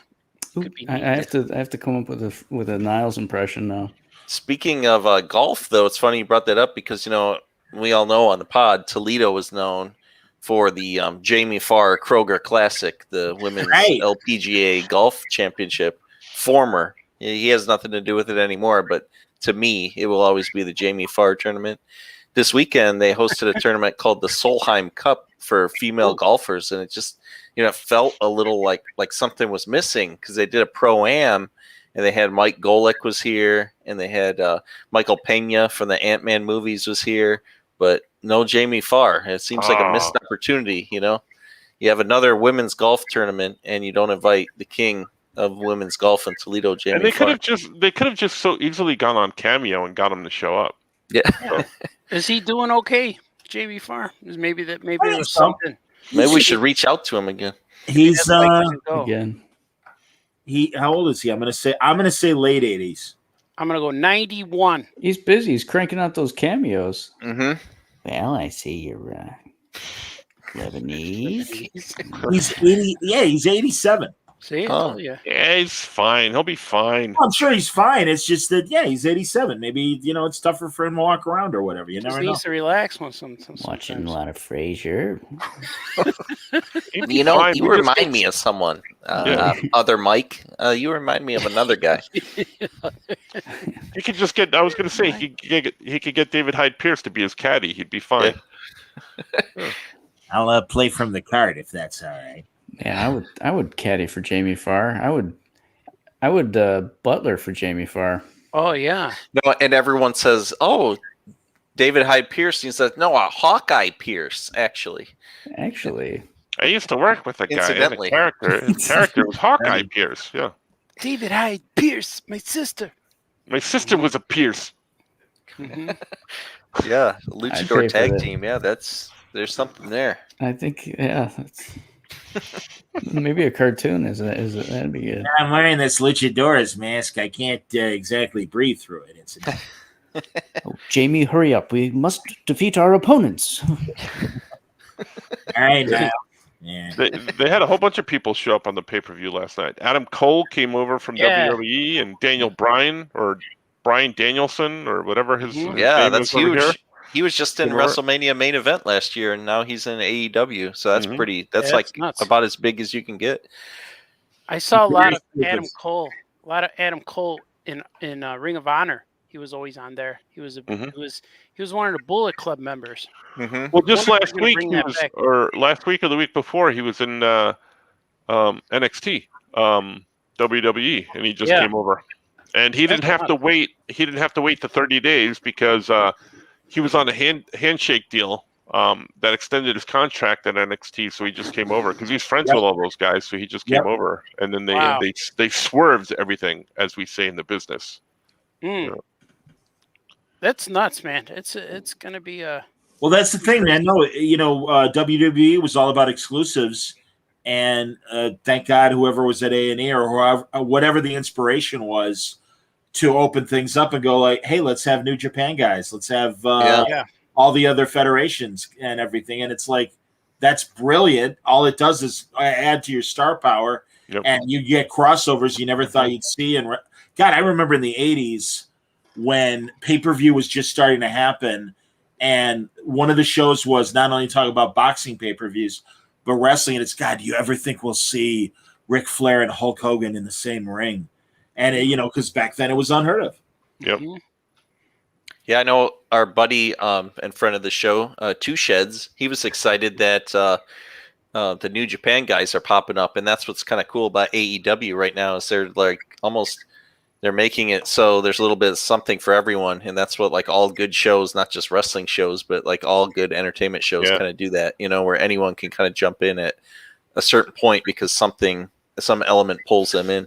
So it's pretty smart. And Ruby Soho, too. I was very disappointed because they kind of quashed her over at WWE. She was Ruby Riott over at WWE. And they just she's such a good wrestler. And the kind of like faction she had over there, the Riott Squad, they built up was so good. And then they brought her up to the main roster and didn't do anything with her. So I was really happy that they brought her over. She in AEW now? Yeah. Yeah. Yep. Mm-hmm. Oh, yeah. And Britt Baker is Adam Cole's girlfriend too, so that's why he was over there. Yeah, so, I like her. Yeah. Jimmy Jawa, I think, represents her for the show. Yeah, I think he does. Yeah, I think that's one of his. What do you call them? Clients? Do you think when they seal a deal, he coughs in his hand before shaking hands? I think so. That's how he does things. That's how you know you're good. And you got to let it dry on your hand so that you can solidify the negotiations. It's called the Margot Kidder. Yeah. If you wipe it off, it doesn't matter. Mm-hmm. What was the noise she made, Artie, that morning? I think she was saying hello. Yeah. Well, this guy brings up Bray Wyatt and Rotundo, and I think Bray Wyatt and his brother Bo Dallas are going to wind up in AEW, and they're going to take over the Dark Order and replace it with the House of Wyndham. Is probably what they're going to do. So it's going to be interesting wrestling. Interesting. Yeah. It's just I know there's like this. So I grew up like Skoke. We were in high school in the late 90s, and there was this unpredictable nature. Yeah. Well, in another life, I guess. But there's this unpredictable nature to wrestling, like that, at least the mainstream pro wrestling with WCW, WWF, and you didn't know what was going to happen from week to week. And even if you didn't watch wrestling, like a lot of people in my school, from time to time, they would still tune in because it was so mainstream and so popular. Like there were nights where, if you look back at the ratings numbers, more people are watching Monday Night Raw than Monday Night Football. It's just crazy to think because NFL is so popular. But back then, like Stone Cold and The Rock were like drawing better numbers than Brett Favre on a Monday night. Yeah. Favre. Yeah. Barbara. So I don't know if we'll ever get back to that, but like the buzz on the internet is like about the equivalent, like energy wise, like with younger people watching. I don't think we will in terms of like a concentration of audience all watching one thing. Yeah. That said, as fragmented as wrestling has gotten, it's only gotten bigger, and certainly with the internet, it is so much easier to follow what's happening on a 24/7 basis. Yeah. So I think that's really great for the sport, as much as it's a shame that we aren't back to, like you said, when the Monday night shows were dominating football and stuff. Well, and even Monday Night Football isn't what it used to be. I mean, they don't even do it. Didn't they put it on cable or something like that? They moved it off of network TV. Yeah, they still do it, but it's on cable. And what was Monday Night Football, they moved to Sunday nights, which is smart. Yeah, but also kind of killed the Monday Night Football brand. Yeah, but Sunday Night Football consistently has the best games are on Sunday night now. Monday night still has bigger games, but half the time they're not very interesting. Yeah, that original Monday Night Football music and Howard Cosell in his staccato delivery. Tonight, the New York Jets put it all on the line, facing down the San Diego Chargers. And starring O.J. Simpson. But it was like so like dramatic, and it's like, Howard Cosell right now. Howard Cosell was my favorite, especially whenever he would interview Muhammad Ali and he would try and take off his toupee. Yes, that was awesome. Give me that. You're not the same man you were 10 years ago. Well, I just talked to your wife, and she said you're not the same man that you were 5 months ago. And it's like, they were awesome together. Howard. And I got to Cosell was on a WGN evening radio talk show, and I got to call in and ask him a question. And I said, who did I compared Holyfield to Floyd Patterson, being a smaller champion, fighting guys so much bigger than him. And he's like, John. He's like, I didn't say John. He said, may I differ with you, sir? I think he reminds me of the great Ezed Charles. And I'm like, all right. Wow. Okay, Howard. So did you like spend the rest of the evening in your room alone that night? Yeah, thinking about what he said? Oh, Howard. Oh, how can Howard. I say that to Howard? Talk boxing to me, Cosell. Absolutely. That and I actually got to tell Mel Blanc how cool he was. And he was on a WGN show before he died. And I'm like, I got to tell you, I've loved you since I was a kid, and your ability to mimic various voices is incredible. And I'm like, you're a national treasure, sir. Oh, well, thank you. Thank you very much. I hate to bring it up again, but I met Jamie Farr while I was eating a hot dog at the Jamie Farr Classic. Hey, I hope I didn't get hair in your lunch there. It's my arm there. I'm wearing short sleeves today. Get hair in your lunch. I mean, how do you? Man. Nobody's going to top that one. No. Right, yeah. The two Toledo, how much more Toledo can you get? Pretty much. You needed Dennis Kucinich to come over and say, am I allowed to park over here? Dennis Kucinich. He's more a Cleveland guy, though. I thought wasn't he mayor of Toledo? No, not he was mayor. He was mayor of Cleveland. Yeah. Okay. Like Jerry Springer? No, he ran for president. He was the really tiny little guy that looked like he was a horse jockey. Yeah. Oh, look at him, the little president. Now, is Jackie Kucinich his daughter or his former wife or his current wife? Sister Kucinich. She's a pundit. Yeah. Is she his wife? Maybe. I don't know. I have to look it up. Well, he did good because she's very pretty. She's repugnant. Hey, she's a pretty girl. Look at her. Look at her. I apologize. I'm not going to apologize. Shang-Chi has Chinese eyes. Look at him. We used to say Shang-Chi. Well, that's what we would say. Yeah, when did that stop? I asked the guy at the Golden Palace, and he assured me it was Shang-Chi. Master Kung Fu. Big fan. Love that show. Love that book. Can't wait to watch the movie. I like there's a female reboot of Master of Kung Fu. Yeah. Now. I think it stars a lady. One of the ladies. The lady. Female reboot? Well, they introduced Marvel? She's sister in a miniseries before this new series started. Yeah, it's Marvel, of course. But is it called Master of Kung Fu? Yes. No, it's not Marvel. It's Kung Fu, not Master of Kung Fu. Sorry. Okay, I was confused. Yes. Sure. They just rebooted it. Yeah. Yeah. No. They also made they're making another Doogie Howser with a reboot with a young With a girl? lady. Yeah. Lady. She's from the Disney show channel. My daughter would watch. So I'm familiar with the little actress. I don't know her name. What are they not remaking? They should stop remaking stuff. Yeah. I agree, but also the problem is it's such a fragmented audience and they want to rely on people knowing a name. Yeah. Well, maybe I'll watch. I will tell you one reboot that I'm excited about. CSI Las Vegas and my guy Bill Peterson coming back to tell. Yeah, right. He's coming back too, right? With the Georgia. What's her name? Barbara. Barbara. Jorgensen, the lady that's on the show with him. Barbara. Oh, she's coming back too. No, Mark Helgenberg. No, the other one, the other lady that was on that. Barbara. I'll look it up. The lady. Yeah. The lady. Margot. She's got some weird name like Georgia or Jorgensen or something like that. Barbara. If I remember correctly. They should remake Cannonball Run 2 with Jamie Farr. Just call Cannonball Run 5 and just say this time it really sucks. And I always felt really bad for Dom DeLuise because Burt Reynolds would smack the shit out of him all the time. On those outtakes and stuff. Yeah. Oh, he would laugh. But he would smack him all the time because he'd mess up his lines. Oh, he would really hit him. Yeah, he would really hit him. Cheeks. Slap him silly. I've seen you guys do that to Johnny at like live recordings of the pod where he's going off topic and you just slap him real hard. Yeah, well, he likes it though. He would fuck up all the time. I do like it. Yeah, he likes. He goes, hit me again, big boy. Georgia Fox, I want to say her name is. Georgia Fox, which is nothing like Jorgensen. Yeah, well, I'm like, and I was about to tell you, Georgia Fox, and it's like, Georgia Fox. Helgenberg is closer to Jorgensen than Georgia Fox. But Georgia.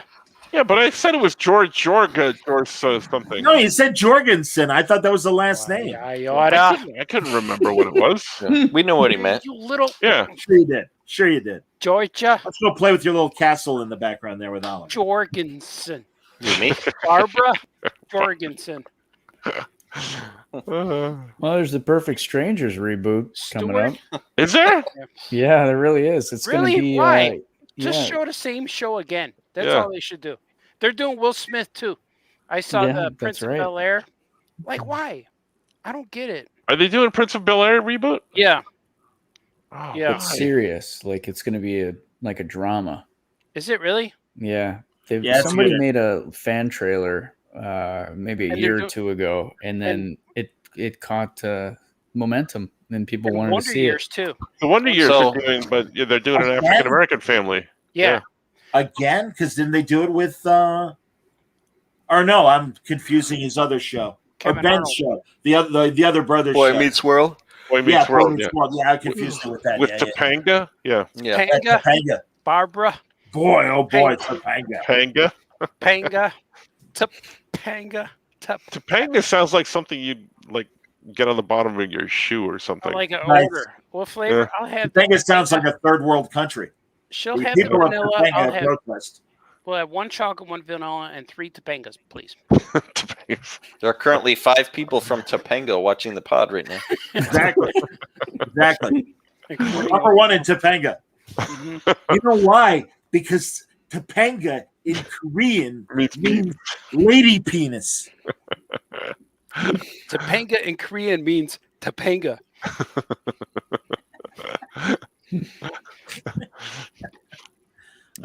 Means Barbara. I miss Gary Marshall, man. That voice was so awesome, and everything he said. Now we're gonna do a show where the leads. I mean, every word was like you didn't know how he's gonna pronounce it, how many extra syllables he'd give a word. Good stuff, and just making a movie now. It's kind of like a lot of people in, a little scenes cut out. You mean like the same movie you've made for the last 10 years? Yeah, basically. New Year's Eve, Happy Valentine's Day. I got a new idea pitch. I'm going to pitch a movie where the parent and the kid change personnel, like they get swapped into each other's bodies, and then the adult in the kid body has to go to school and cope with being in high school, and then the kid in the dad body has to go to work. That would be funny. That'd be a really good movie. That sounds really original. Like it's never been done before. Yeah, no one's ever done that. Like we never get that every 3 or 4 years. We never do. So I'm gonna make that movie. You know what I was watching the other day was Alice. Alice? From the old TV series. Yeah, Linda Lavin, Early to Rise. Vic Tayback. Yeah. Kiss my grits. Yeah, Kiss my grits. Yeah. And I never realized how New York, Linda Lavin and her son's accents were. Yeah. Because I would watch that as a kid, but like I was watching it the other day, and I'm like, wow, those are some really thick accents on there. Yeah. They were really doing their acting. Back well, then. that was the whole point of the thing, that they were from the back east, and then they came out to Phoenix. Why'd you hit the hair? Stow it. That was a big. Stow it, Flo. I always wanted to know what a grit was. Vera, and he'd always call her Dingy. That's right, Dingy. Dingy, yeah, you call her Dingy. Yeah. Well, and then I was saying to my wife, I said, it was regular TV, so they couldn't swear, so they had to come up with other ways to swear, like "kiss my grits" or "dingy" or my feces chirp. Remember the guy? The guy who was the phone company guy, Melvin or whatever, with the glasses. Yeah, Harold. What was his name? I thought it was Melvin, but yeah, you're probably his name was Melvin, but it was like his real name was like Harold something. Remember. He was on Gilbert Skoke. That guy. Ow. Was he? Yeah, he was a great character actor for decades in films and television. He would do commercials because he had that really like kind of spazzy voice. Yeah, he was one of the guys. He was part of Copcat's gang. Oh, hi, really? Yeah, absolutely. Marvin Kaplan. He was Marvin Kaplan. That's it. That's right. His name. Yeah, and he played a telephone repairman. Talk about a job that doesn't exist anymore, right? Yeah. Those guys well, and he'd make fun of AT&T being a monopoly and everything, a big giant company. But he made it to like his 90s, or maybe even like over 100. But I know he made it to his 90s because he was on with Gilbert and Frank, and he was worried because it was a podcast. He's like, "Do I have to worry about what I wear?" Oh, that guy. Yeah, that's hard. Do I have to dress up? Exactly. Do I have to eat the whole thing? Hey, Mel, can I have one of your burgers, but throw some extra grease on it? This way I know it's yours. Can I just kiss it on the inside? Mr. Kincaid from Partridge Family used to be one of the regular customers. Yeah, he was Stupping Flo on that show. Yeah. Yeah. I don't know why I feel worse in that situation. Flo or she was all right. I like Flo. Even as a kid, would you throw one in a Flo if the throw one in a Flo? Yeah, but she was fun. Even as a kid, I couldn't understand how anyone was attracted to Flo. Yeah, Flo was loud, crazy, man. She was scary. She was she knew how to have fun. She had that olive oil Miss Hathaway kind of build of like the tall, really. Yeah. She always had a date. What's that? She always had a date. She put herself out there. She was like, she would always wear the horseshoes just in the right place on her pants, so everybody would know where to hit them or something. Get plowed all the time. And then Diane Ladd who played Flo in the original movie with Ellen Burstyn, she comes on, but she's Belle. Right. And then they had another young blonde lady. They had like 4 waitresses, or maybe not 4. Maybe instead of Belle, they had that young lady for a while. But she was like another one. She wasn't as dumb as Vera, but she was close. But that lady, I forget her name, but that lady, she was in a bunch of movies and TV shows after that. I'd always remember her from, that was the other waitress they hired. The Ted McGinley of Alice, Ted McGinley replaced Ron Howard on Happy Days and became Ace, the ship photographer on the Love Boat in the last couple seasons. That guy still looks young, I bet. Yeah, he does. You're right. That guy sucks. He came back on Married with Children. He was on Love Boat. He was the original neighbor husband on Married with Children. Ted McGinley. He was the other guy. Yeah. Exactly. It's funny when your credits are, that other guy. No one ever knows the character he plays, but they know. But he was the other guy on so many shows. He was like Ace the photographer on The Love Boat. Yeah, he sucks. Okay. He works all the time, but every time he's on a show, it gets canceled. Yeah. It's like, oh, no. You see, imagine that guy. We're going to start filming season 4 tomorrow, folks, and you show up at your job, and that guy's in there, like, reading lines. I'm like, oh, this is our last season.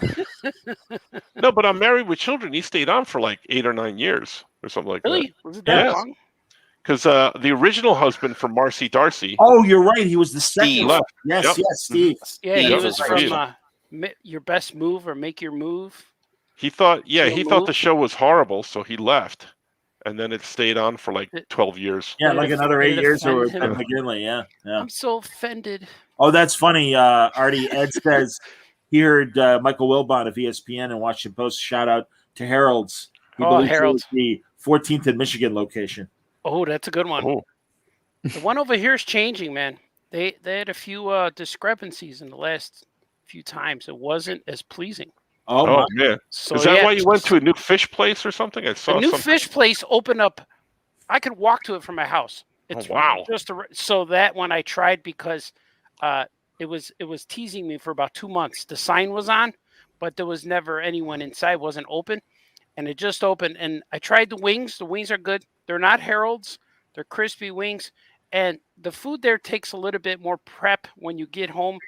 I didn't know you're supposed to put the sauce on yourself and sprinkle things. But I know that I'm going to order extra sauce. Now I know what to do the next time. But it's not Harold's, but it's still tasty.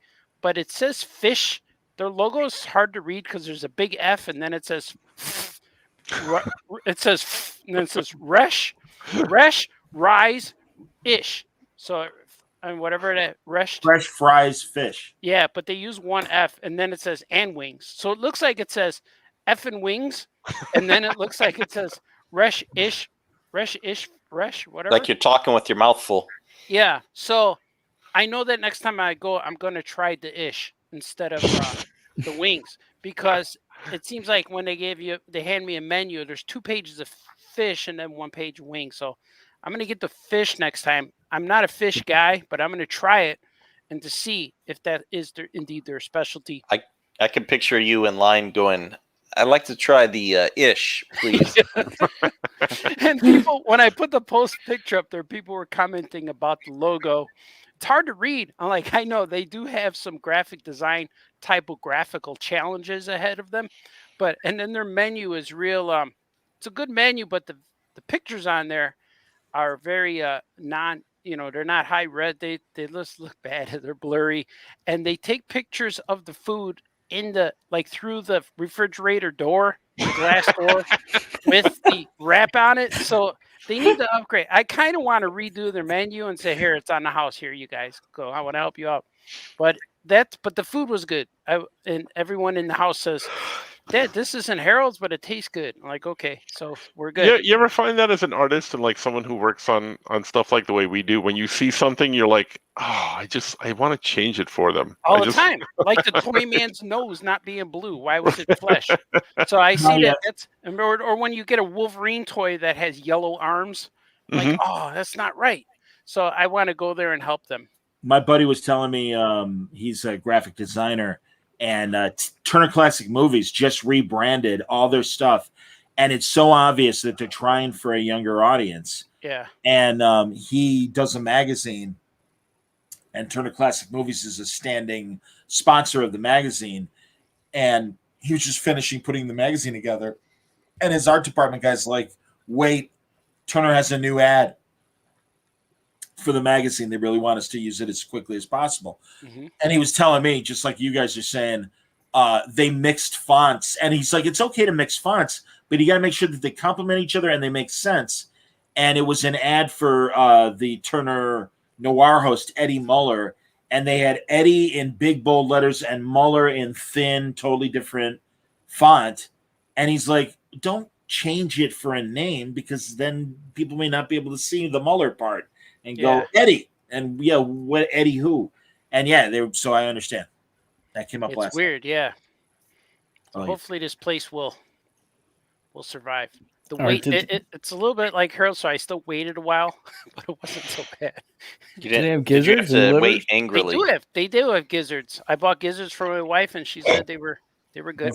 Yeah, I'll never eat a gizzard. Yeah, please. Good Lord. I don't want to. I think gizzards crush the rocks that the birds eat, isn't it? Isn't that what a gizzard does? I have no idea. I don't ever really want to find out, honestly. Yeah, like your wife, my father enjoyed eating gizzards as well. Yeah, they're chewy. I think I tried one once. Like, I'm not gonna do it. I think people like my parents who came from the old country, like would eat all that stuff, and like every once in a while now they'll still, well, not because he's older now, but every once in a while they'll still do it, and I'm like, why? And he goes, oh, it's good. I'm like, yeah, but you don't have to now. You've risen above that poverty line, and you don't have to buy those things. Well, when we watch Fear Factor, I always tell my wife, you would win this thing easy. Just it's like, what do you call it? Beluga eggs and all this. Oh, yeah. Pig's blood sausage. And she's like, yeah, I'd eat that. Yeah. No, my dad through it. Oxtail soup. Mm-hmm. My dad loved oxtail. Feces chirps. Loved oxtail soup. She could get through it. Yeah. We had a butcher the most northern part of the city before the suburbs start. And it was off of like Milwaukee Avenue, Skoke, and Artie for reference. They would always have great butchers that literally, and I know I've said this before, like around Easter, we would roast an entire lamb, and we'd get the skull, and they would give the skull to the dog, and the dog was this sweet little Cocker Spaniel, but he would get so attached to gnawing on this lamb skull, and it got like, as bones decompose and they get kind of funky and gross looking and stuff. My dad tried to take it away, and the dog was like in full wolf mode, and it's this little Cocker Spaniel. He's like, get your hands off my goddamn lamb skull, you asshole. And it's like, it's your best friend in the house. Get away. That little Cocker Spaniel turned into Thanos. He's like, no, man. Nothing says Easter like a dog calling your dad an asshole. That's what I know. It was weeks after Easter, but it was it's like in The Mask when the dog gets the mask and the dog goes, oh yeah. So he beat us, sir, with the jawbone of an ass. Which mask? The Jim Carrey one or the Jamie Kennedy one? The Jim Carrey one, the good one. Mask created by the great comic book writer Mark Verheiden, who also did great runs on Superman. Mike Richardson created the mask. Yeah. Oh, did he? Yeah. Yeah, I believe so. Mm-hmm. Yeah, he told me himself. I'm going to look this up. I love Mike. I want to have him on the show. I've never had him on the show. You should. Mm-hmm. He's a good man. Very interesting guy. Absolutely. You'll have to book him in advance because he's real tall. I understand. Yeah, height clearance and everything. You have to turn your computer monitor vertically so he fits on the screen. You're going to need a longer lens.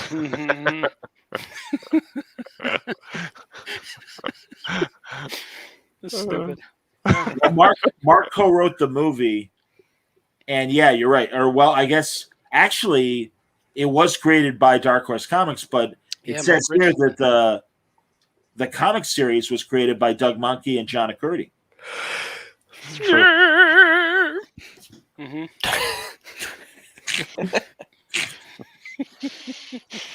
That is my favorite. You can't help it, but you have to submit to your yawn. And Artie, of course, throws himself full into the yawn. Yeah. And everyone tries to hold back their yawn. You can't do it. Or like I was suppressing my burps when I was talking earlier. Yeah. Halfway through the yawn, you're like, Barbara. Yeah. Barbara. Or Mickey. Yeah. Mickey. You can finish Mantle. Mickey. Oh, I noticed it was Mickey Mouse's birthday this week. Mickey Mouse. Oh, your favorite character to request from me, right, Jenny? Do me a favor. I want you to draw Mickey Mouse with a giant cock. Oh, I got fired from the Disney store from saying, asking people. I can't even keep it in my tiny little shorts, man, Minnie. The funny part is, for those listening, this is what Johnny does at my table at Comic Cons, right in front of families. Like, Johnny, they're trying to sell this book. Hey, sorry. Hey, by all means, sell away. Yeah, I beg your pardon. When you're done. All right, great. Now do me a favor. Draw Mickey Mouse with a giant dick. I just remember the one time all I heard was, Jesus, I have underwear older than you. And I look up and there was a young girl there all embarrassed. I'm like, Johnny. Oh. I was trying to scare her. Yeah, you did a good job. And her name wasn't even Jesus. It was weird. She went over and talked to security too. My name's not Jesus. He told me about his underwear. He said being older than me. They have to be at least 18. I don't know when he's talking. When we're at the convention with all the hustle and bustle and the noise, you know Johnny's coming because you can hear him, and you see like him moving through the crowd, his floppy pants, and like he's losing stuff left and right. And then he shows up to their table and knocks everything over. It's like the Red Sea's parting. You could see it coming. Out of my way, jerk ass. Because you can hear it coming down the aisleway. Oh, you can hear that. Oh. I remember, you know, because we get an extra seat or none. We let our friends rest. Let Johnny rest behind me in a chair. And I'm drawing stuff, and all of a sudden I feel a sandwich scrape across the back of my shoulders. That is complete. And I'm like, that is such a lie. That is such a lie. What the heck? Okay, fine. That has never happened. It wasn't a sandwich? But what was it? Was it a banana? Exactly. That's not a banana. Might have been a milkshake. Might have been a shake. But it was something because that right after that I felt the brushing off. Sorry about that. I don't know what it was. Well, I don't remember that, but okay, fine. But I don't think I don't believe I ever ate behind you. Because my favorite part, though, I am conscious enough at a convention to go off and find a table or sit on a stair or something, but like not near art where.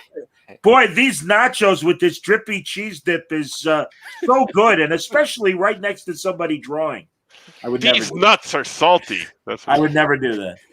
My favorite thing about Johnny, though, and this is a serious one, is when he sits next to us and we'll be talking, and people just stop in their tracks and they look over and they're like, "Shaky," and they remember Johnny from the radio, and they'll be like, "That's true." That's always fun. You and I were out to dinner, like away from a convention, like in the middle of nowhere, and we had dinner, and then we were walking around, and somebody heard you, and they're like, "Shaky?" I'm like, the famous voice. Yeah. Is there anyone anywhere that doesn't know who you are? It's honestly, it's the greatest compliment because up until my last radio job where I was doing traffic, 3 or 4 days a week, I hadn't been, other than commercials, I hadn't been on the air regularly since like 2000 or 2001. So when we're at conventions, actually that night, Francis, we were across the street from the Wizard Show in Rosemont, eating outside at one of those. Yeah, that's where it was. And yeah, we're just in conversation, and a guy just walks by, and he's like, "Hey, Shaky from the Score?" And it's like, right. "Yes, I am." "Hey, you're really funny." And I'm like, "Oh, thanks, man." There was another time we went to like that Movie Co. thing, and people recognized you as well, like out in the parking lot in the middle of nowhere. I was on Chicago radio for like 20 years, man. Yeah. Mm-hmm. You know, I mean, yeah, you kind of get known. That's why, like I said, when I got downsized last year, I'm like, all right, I've been in Chicago radio since like 1990, and it's 2020. I'm like, 30 years. That's a career. I'm like, I got nothing to be ashamed of. I'm like, I can walk away.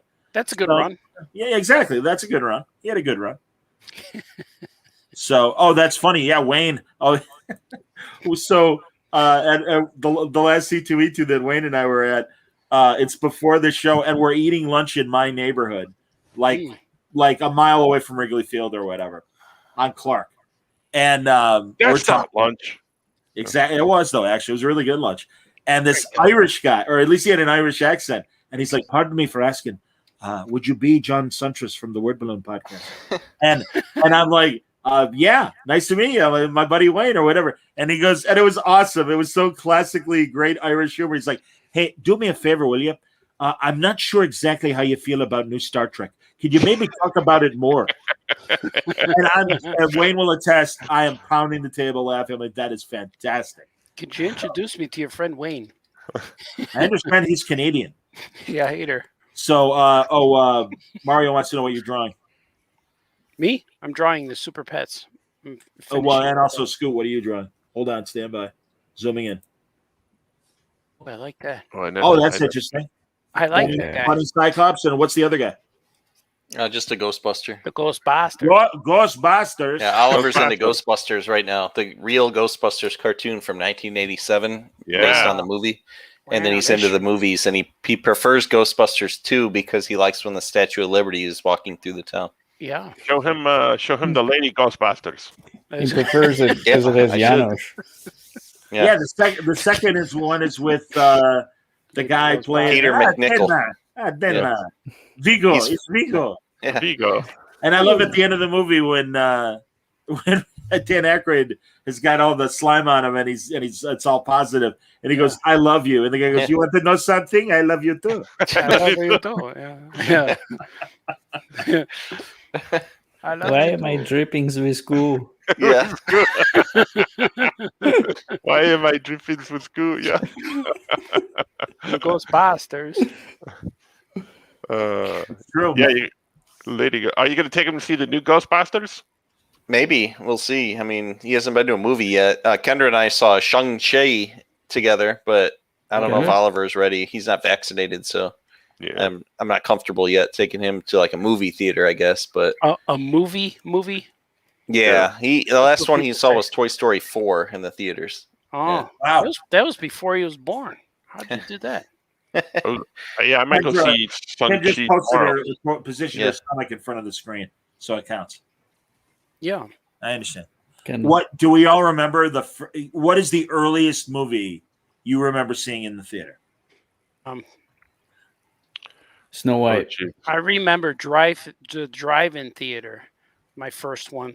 It was a double feature with Grease and what's the Clint Eastwood movie? Buffalo Bronco Billy? Yeah, Bronco Bill. Bronco Billy. Yeah. I remember seeing Pinocchio in the theaters because my brother had to leave because he was crying when Monstro ate them at the end. Yeah. But apparently I saw E.T. in the theaters when I was like 3, but I don't remember that. So yeah. I think one of the first ones I saw was, and again, showing my age compared to all these answers, was the Poseidon Adventure. I do remember seeing that in the theater with my parents. Nice. No, I take that back. Of course, before that, and I think I had seen movies before that, but the one I remember from 1970 was, of course, Patton, where our uncle took us in, and he left midway through the second showing of Patton, and my dad called the theater and said, "Listen, I'm running late. Make sure you watch my kids," and they did because they were polite back then. And that's good. It's a good kids movie too. And that's the hilarious thing. I'm 5, my sister's 10. And World War II is just like exploding in front of us, and gross, like bloody bodies and things. The most inappropriate movie for 2 children under 12. And my dad shows up. Yeah, but you learned something. My dad shows up at the end of the second showing and is like, "Hey, I bought the ticket.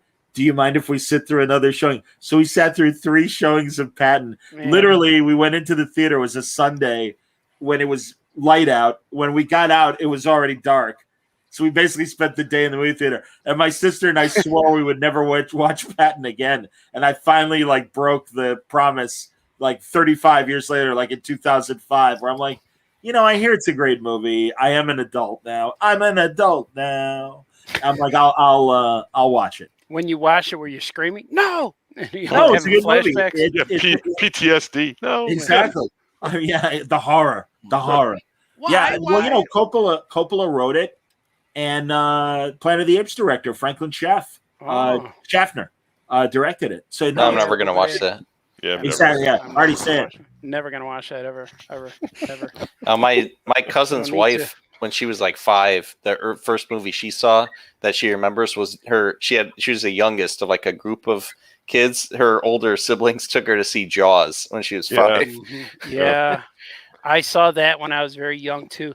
I remember seeing Jaws and Earthquake on this really I don't know if it's a double feature. Yeah. And man, I had nightmares for years.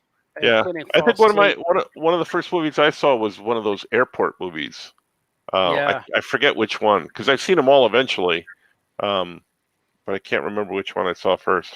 Because I remember having nightmares and crying and dreaming about sharks and earthquakes, and my dad coming in the room. I was 6, 7 years old. It was 6 maybe, and he said, he told me, "Oh, don't worry, we don't get earthquakes in Chicago." And I said, "Oh, what do we get?" He goes, "Only tornadoes." Okay, good night. I'm like, "What?" I remember him saying that. It's too bad you weren't able to channel that ridiculous fear at such a young age because you could have been ahead of the Sharknado trend. You could have had Sharkquake. I'm still fascinated with sharks ever since Jaws, and my kids get a kick out of it because when they ask me, Daddy, what's your favorite animal? I don't hesitate, sharks. And and they like that. And they find shark videos and send them to me all the time. But I like when sharks eat people and they destroy things and people get their leg cut off because they went swimming with the shark. I'm like, yeah, that's not what you do.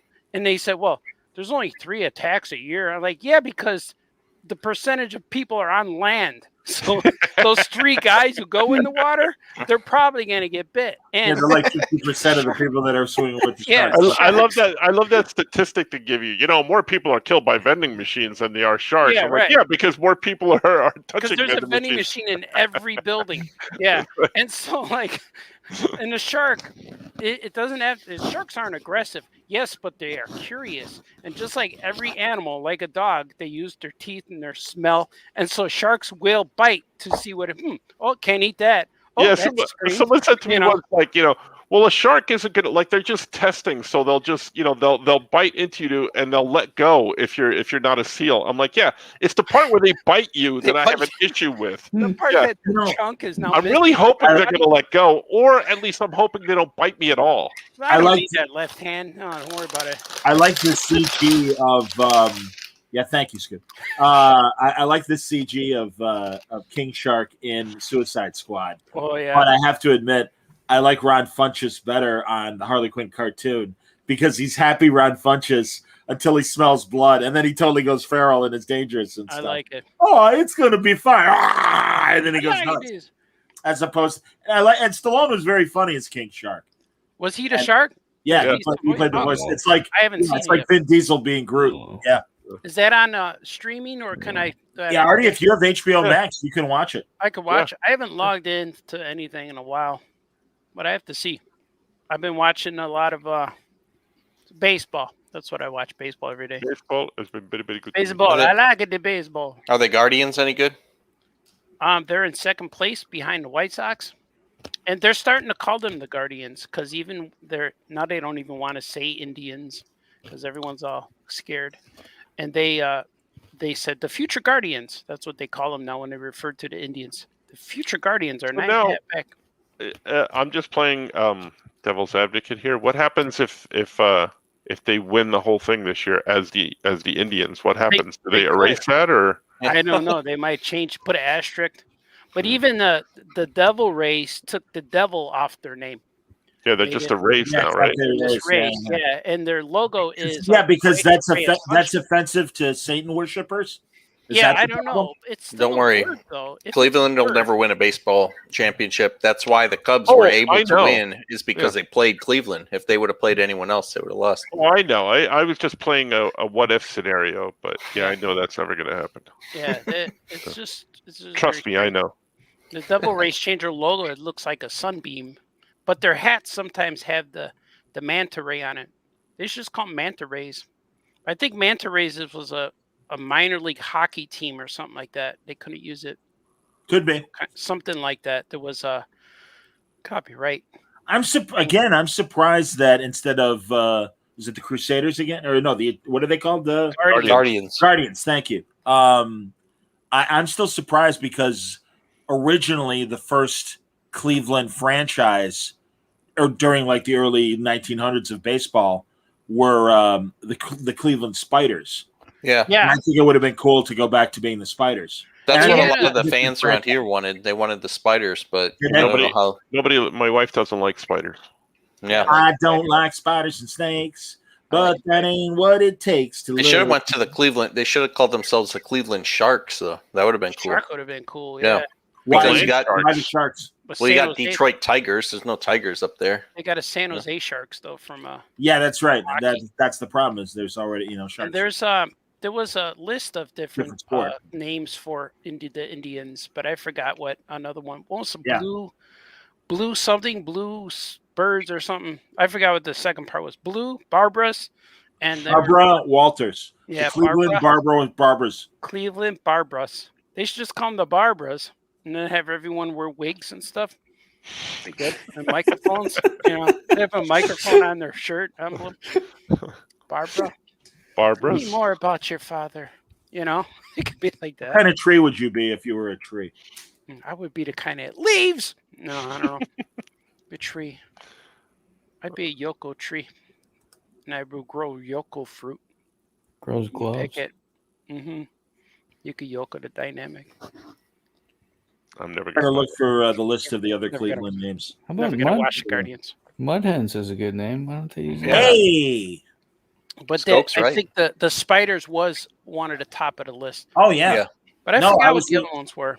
That's what I'm trying to find it. I can't find it. Yeah, the Sox guys are real informative. The Jason Benetti, I like him a lot. Another Mudhens season has come and gone where you guys didn't come visit, and we didn't all go to a Mudhens game and record live. So yeah, a little thing called the pandemic, but sure. And eat Pacos and wear the Jamie Farr official Klinger Mudhens T-shirt that they sell there. Do they sell that? Yeah, remember that it's like a cartoon of Klinger's face, and it says Klinger. Is it really? Yeah. Mud hens. Need to get one of those. Guys, I got to text Avery. I'll see you in a second. Oh, yeah, finally. It's finally happened on the show. I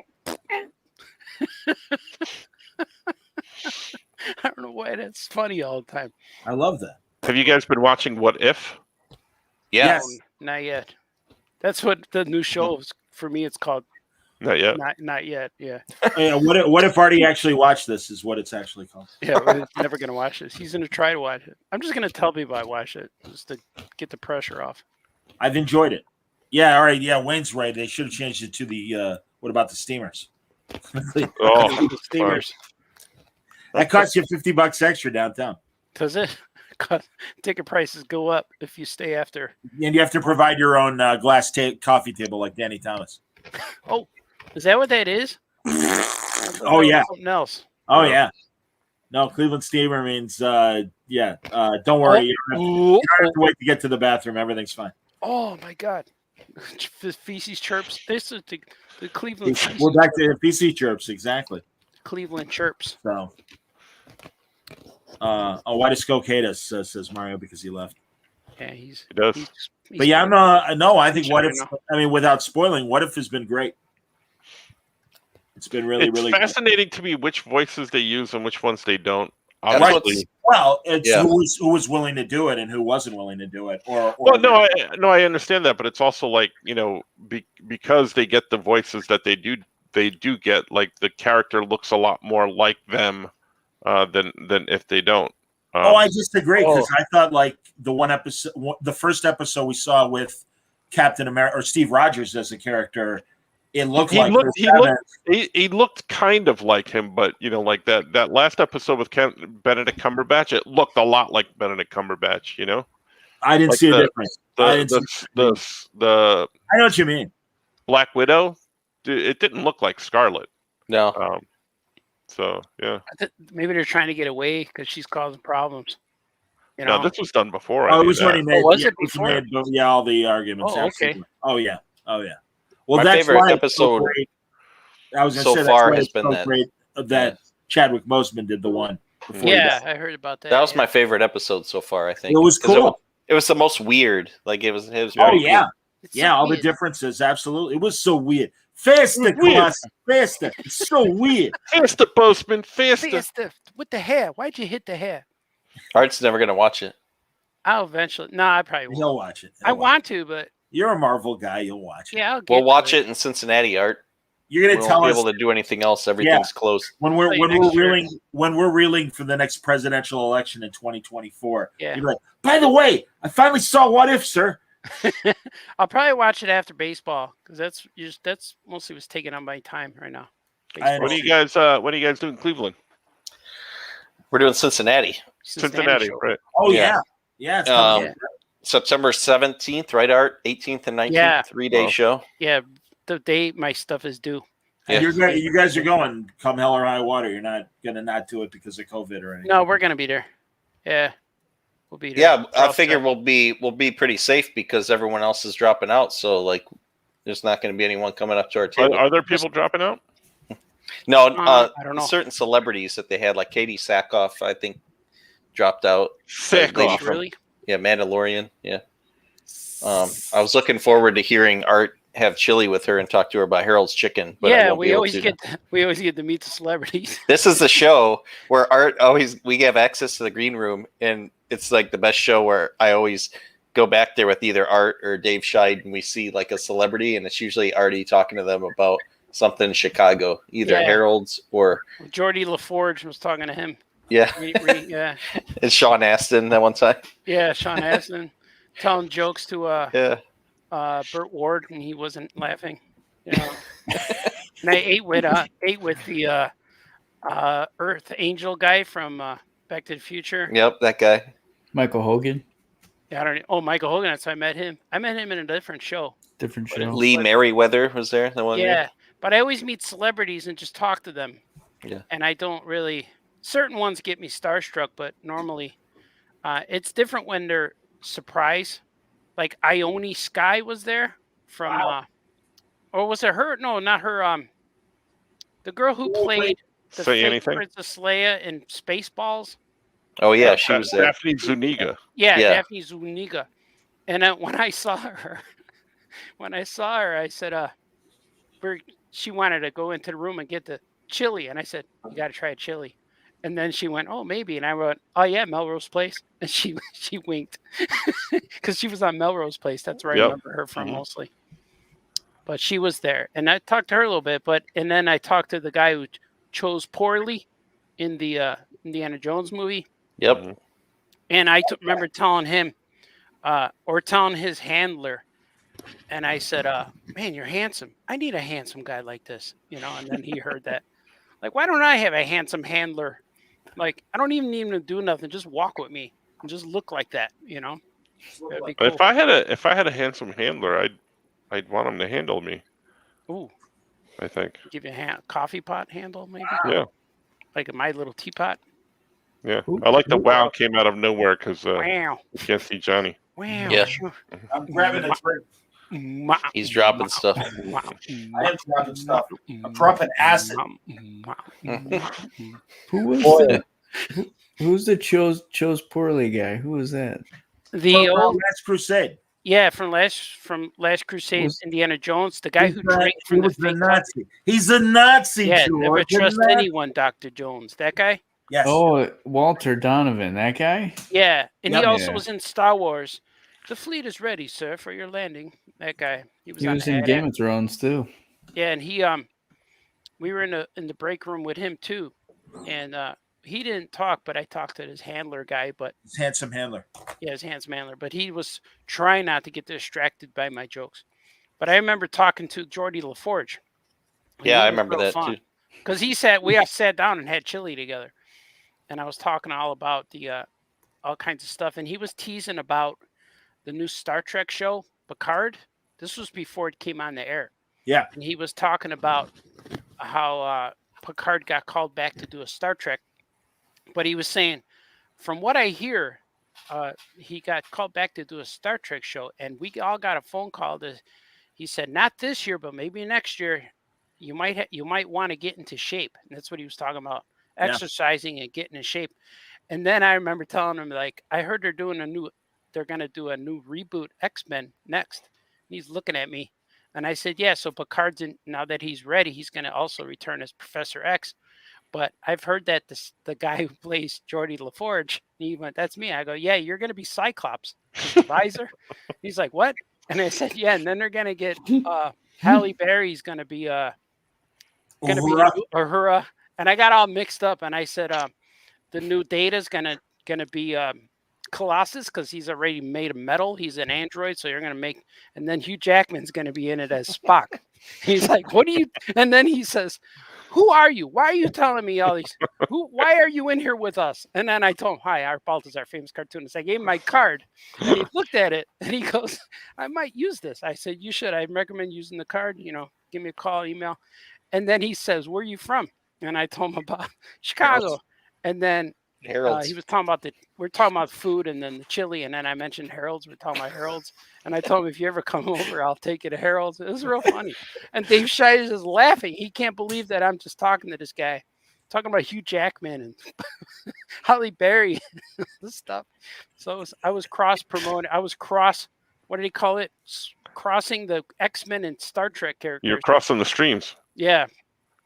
I was, I don't know what they Worlds called colliding. That. Yeah, it was pretty fun. We were doing alternate universe stuff before Marvel. Yeah. I had him laughing, but I was really tempted. I wanted to bring up Kunta, but I didn't. I'm like, oh, I want to, but I don't want to. I bet he's proud of that. I don't think he would be offended. Well, but that was a big thing for him. Yeah. Yeah, it was cool because that's how I know him from that. And then Artie, my Sonny knows him from the genealogy and roots. Alex Haley's a big influence on Sonny. But I just you want to Artie went another way. Next time you see him, Artie, you should talk about his TV movie where he played Ron LaFleur. Oh, I remember that. Yeah, that was good. That's the next time I saw him. It was good. Yeah. And we said there's Kunta Kinte is going to be baseball player. Yeah. Hey, look who's playing shortstop, everybody. Yeah. From the film Roots, it's Kunta Kinte. Kunta Kinte. Because Eddie Murphy always goes, hey, Kunta's back. And that was always, that kind of ruined that. Like, I don't know if I could say that joke. I understand. I understand. But and Coming to America, the old Jewish guy calls him, hey, it's Kunta Kinte. Yeah, it's Kunta. Yeah. Have you guys... last time I talked to you, Artie, you hadn't seen the Coming to America sequel on Amazon. But I do have that now, that premiere, and I Prime, see it. Prime, yeah. But all I watched was Jaws. I watched Jaws 1.5 times so far, and then I watched Invincible. That's what I've been watching. That's Invincible was good. Oh, yeah, watch that. That's great. Good. I did. Yeah, I got really good. A few episodes to go, but it's great story. Nuts, and it's cool because I'm watching it I was watching with the boys, but then Gordy went to college, so I didn't watch the rest. But we were watching it, and the guy's like, "Oh my god!" Because it got really violent really quickly, and we're like, "Well, this is a good superhero, Super Friends type show," and then all of a sudden, bam! It wasn't. Hey, I've said it. Going on? I've said it since the start, and I know this is going to seem obvious to a lot of people that stream. Prime is the best deal because you get 2-day shipping on anything you buy, and they throw in like the second best streaming network or whatever. I mean, again, depending on what time of year it is, they always make really cool original shows. The Jack Ryan show is great with the guy from The Office. The Boys is great. Invincible is great. They have great documentaries that aren't on Netflix and other streamers and stuff. It's just a really, really good service. And by the way, I don't think we've talked about it on this show, but I am loving on Hulu Only Murders in the Building with Steve Martin Short. And is that good? It's amazing. It's incredible.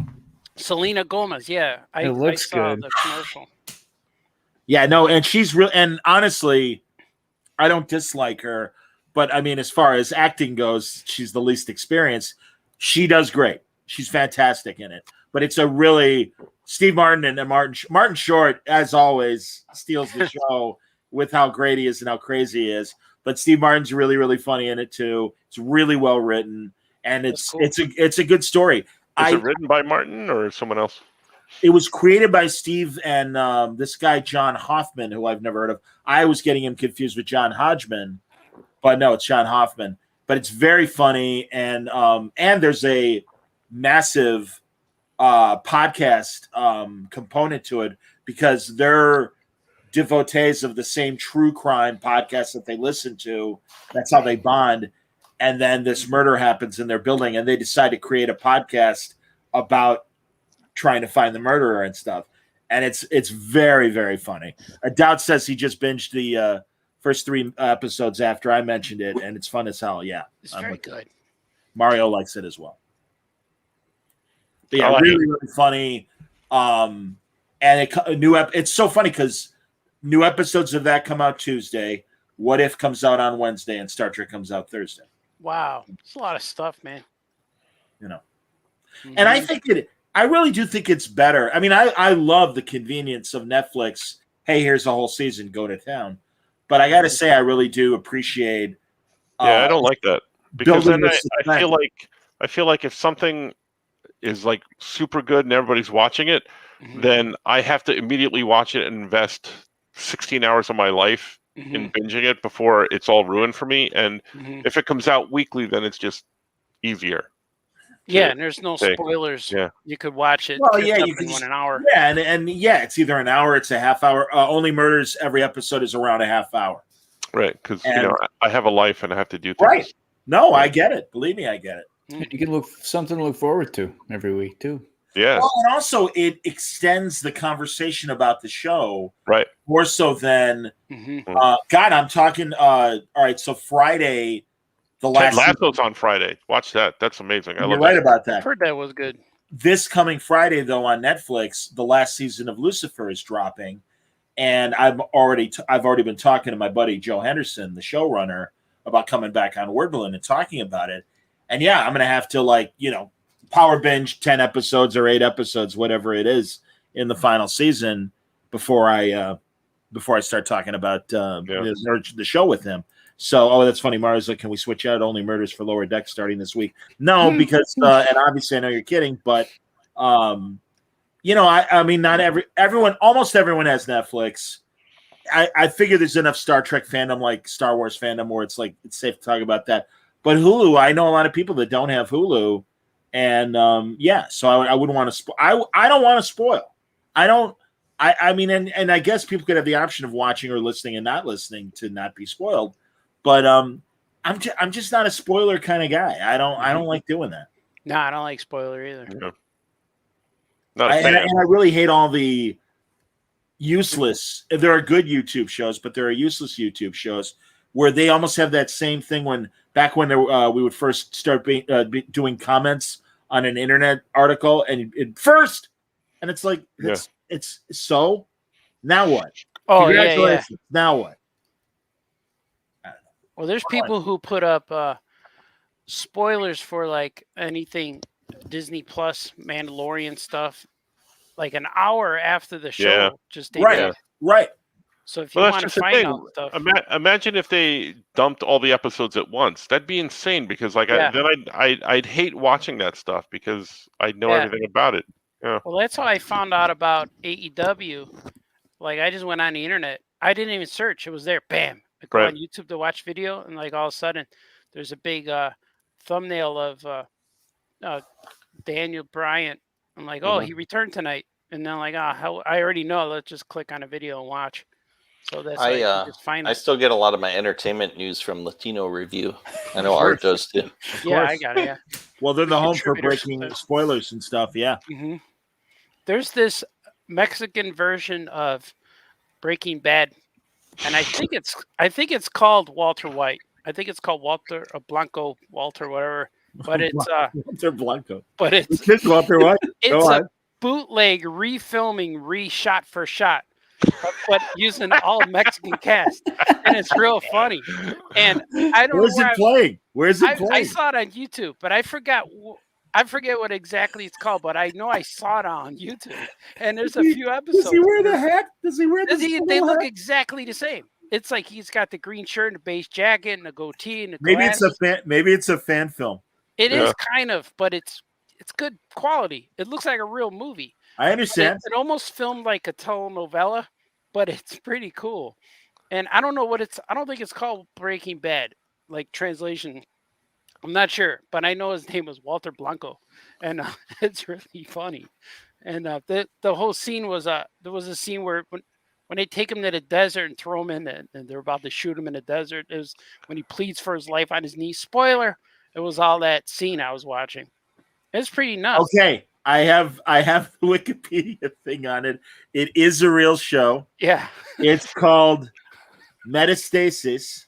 Yeah, and it's produced in Colombia, and it's a telenovela remake of Breaking Bad. Yeah, it transposes the events of the original United States to Colombia. It follows all 5 seasons with very few exceptions and little additions not seen in the original versions. Mm-hmm. A few minor scenes were shot differently, but that does not change the storyline. And it's Diego Trujillo as Walter Blanco. He's Walter Blanco. Yeah. And Jesse is Jose Miguel Rojas instead of Jesse Pinkman. Yeah. And cool. Sandra Reyes is Cielo Blanco. and Julian Arango is Henry Navarro.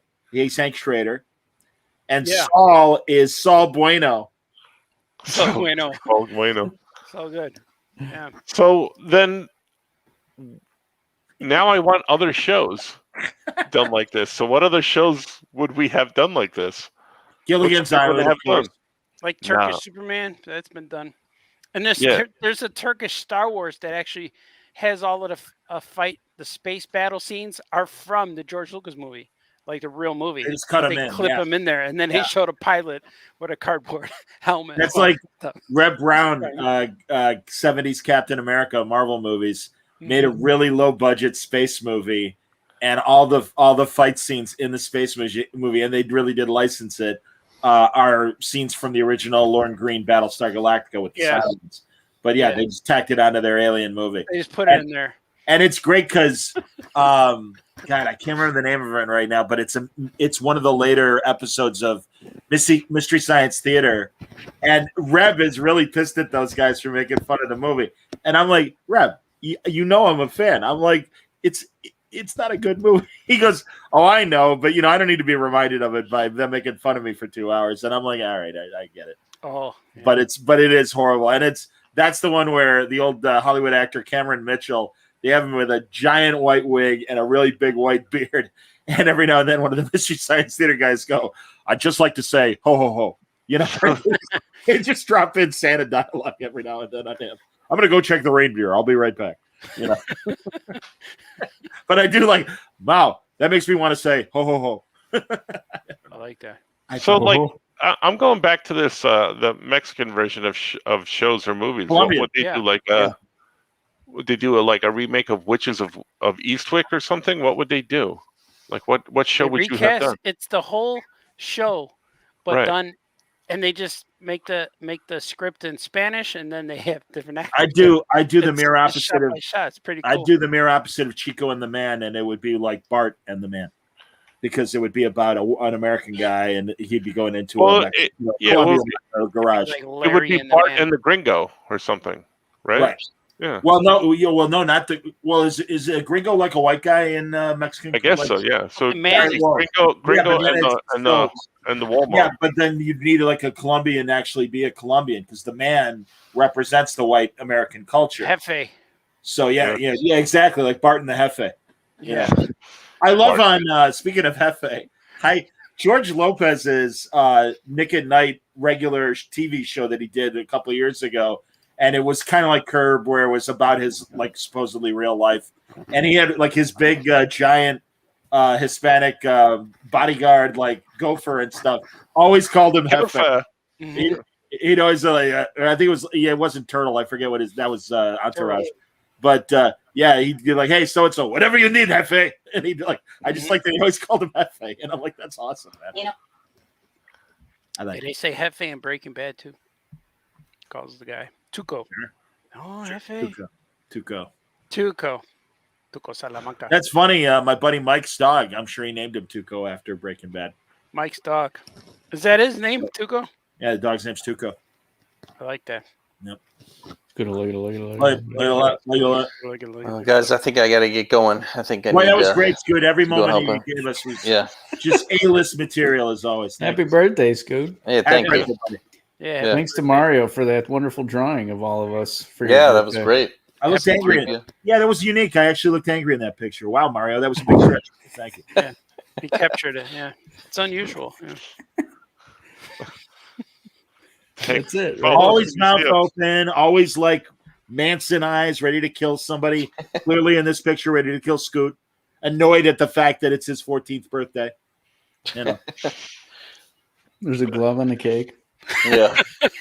Was there a glove on the cake? I didn't see it. There was a purple glove on the cake. I had 3 opportunities just in the last few days to photograph gloves on the ground, but I didn't. I didn't do it. That's going to be the name of my reality show, Gloves on the Ground. When we're in Cincinnati, we'll make sure we find it. I try and walk every day, and I walk on this very deserted road. It's a dirt road surrounded by trees, not a lot of houses. And in the middle of the road, there was this glove, just and I'm like, I'm so tempted to take a picture. And then Johnny was here. I don't need Johnny yelling at me for an hour. So. I'm marking my territory. Yes. they're all different kinds too. It's never like, yeah. You get a black leather glove. And all right, I wasn't going to say it, but speaking of floppy pants, taxi. I had my glasses in my pocket, and I take them out, and unfortunately, lens missing. Oh. Somewhere in Chicago, there's a lens. If anyone were to find it, please call the Oh Yeah podcast. Yeah, let me hold on. It's a new thing. Yeah, that'll be the next thing people take pictures. Here's the phone number to call, everybody, especially if you're in Cook County 649-9100. A picture of John Gacy. No, that's from Scoot. You were in here earlier. That's from the Jerry Lewis Telethon. And he's doing trying to be poignant and sentimental, and it's this pantomime clown thing, and you can see Jerry's the clown, and he's got a wife clown, lady clown, a wife clown, and the whole time Ed McMahon is the narrator, and it's like, hey, are you watching? Are you enjoying the telethon? Really good entertainment, isn't there? But there's a serious problem that we're trying to address. And it's insane. It's insane, but very cool. And it's great because then, like I said, it's very sentimental. It's supposed to be dramatic and everything. And afterwards, Ed McMahon's like, "Wow, Jerry, that was incredible." And then Jerry's got it was very difficult to write. We're very proud of what we did. It's it was 3 minutes of shit, Jerry. I don't know how to put it. But once again, everybody, please, these people need your gloves that they find on the street. Any gloves? Look at how cold he looks. I like his long underwear, and I like how the clown, lady clown, has their shirt just high enough so there's no clown cleavage. Yeah, but I also like the lady clown also has a 5 o'clock shadow. Oh yeah, exactly. Well, that's why you can't see her clown cleavage because her clown cleavage has a 5 o'clock shadow too. The shadow's covering cleavage. Slight beard growth. Yeah, exactly. Yeah. When I woke up this morning, I never thought I'd hear the term clown cleavage. I will admit to being in a gentleman's club one night, and on the video screens, I've never seen clown porn, ladies and gentlemen. Really? Yes. And it was like this lady, balloon animals, playing the slide trombone on a guy and everything. I remember way back when on HBO they used to have a show called Real Sex. You remember this? I love that show. They did a segment on clown porn, if I remember, on that. Yeah. And that sound effect you just made is not them having sex; it's them making little balloon animals. They usually make little small dogs, but this time they're making something else. I was just watching an old Bob Newhart when he was the psychologist, and his buddy Jerry the dentist is folding balloon animals and stuff, and he keeps trying, and the knot keeps slipping on, and finally just gives him a long snake, and he goes, "It's a snake." Funny. I like it. No, yeah. I like pink very much, Lois. I like. Come here. Anyway, see ya. Thank you. Okay.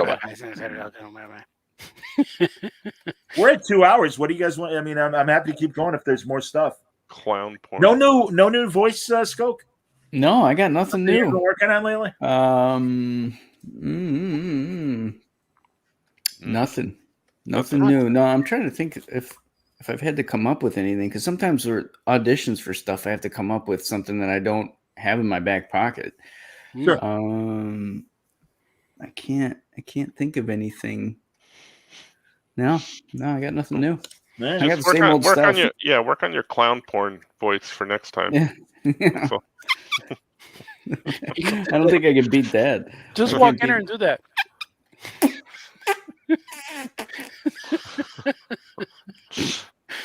That's your interpretation of the script. Whatever they give you, you're going to make it in balloon noises now. Just balloon noises. Yeah. I'm going to be sitting here alone in my apartment in the dark doing that. Squeaky. Quick, we have to get to the boat. Do that really loud so all your neighbors hear it, and then just throw empty boxes of condoms in the hallway.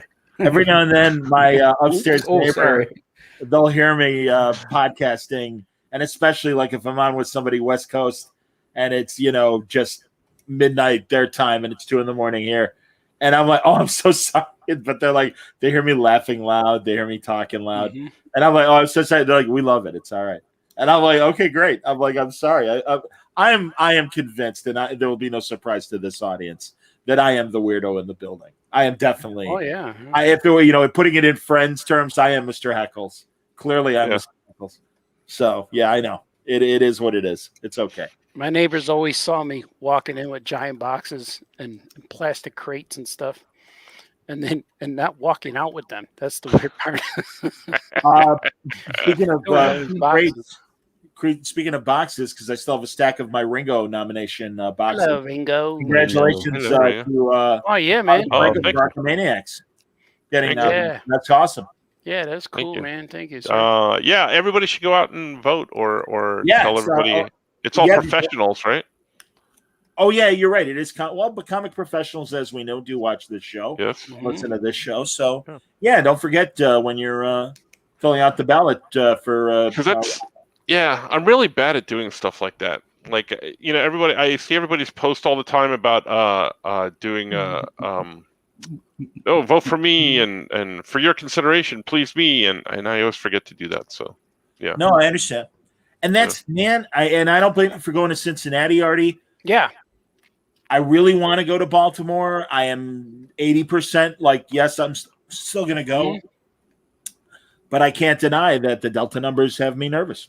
And also, I had that weird, day on Sunday at Terrificon where I was really hurting, and the bathroom was my best friend. Oh yeah. So I don't want to mention too quickly about the Ringos. Friend of the pod, Sanford Green, was also absolutely nominated.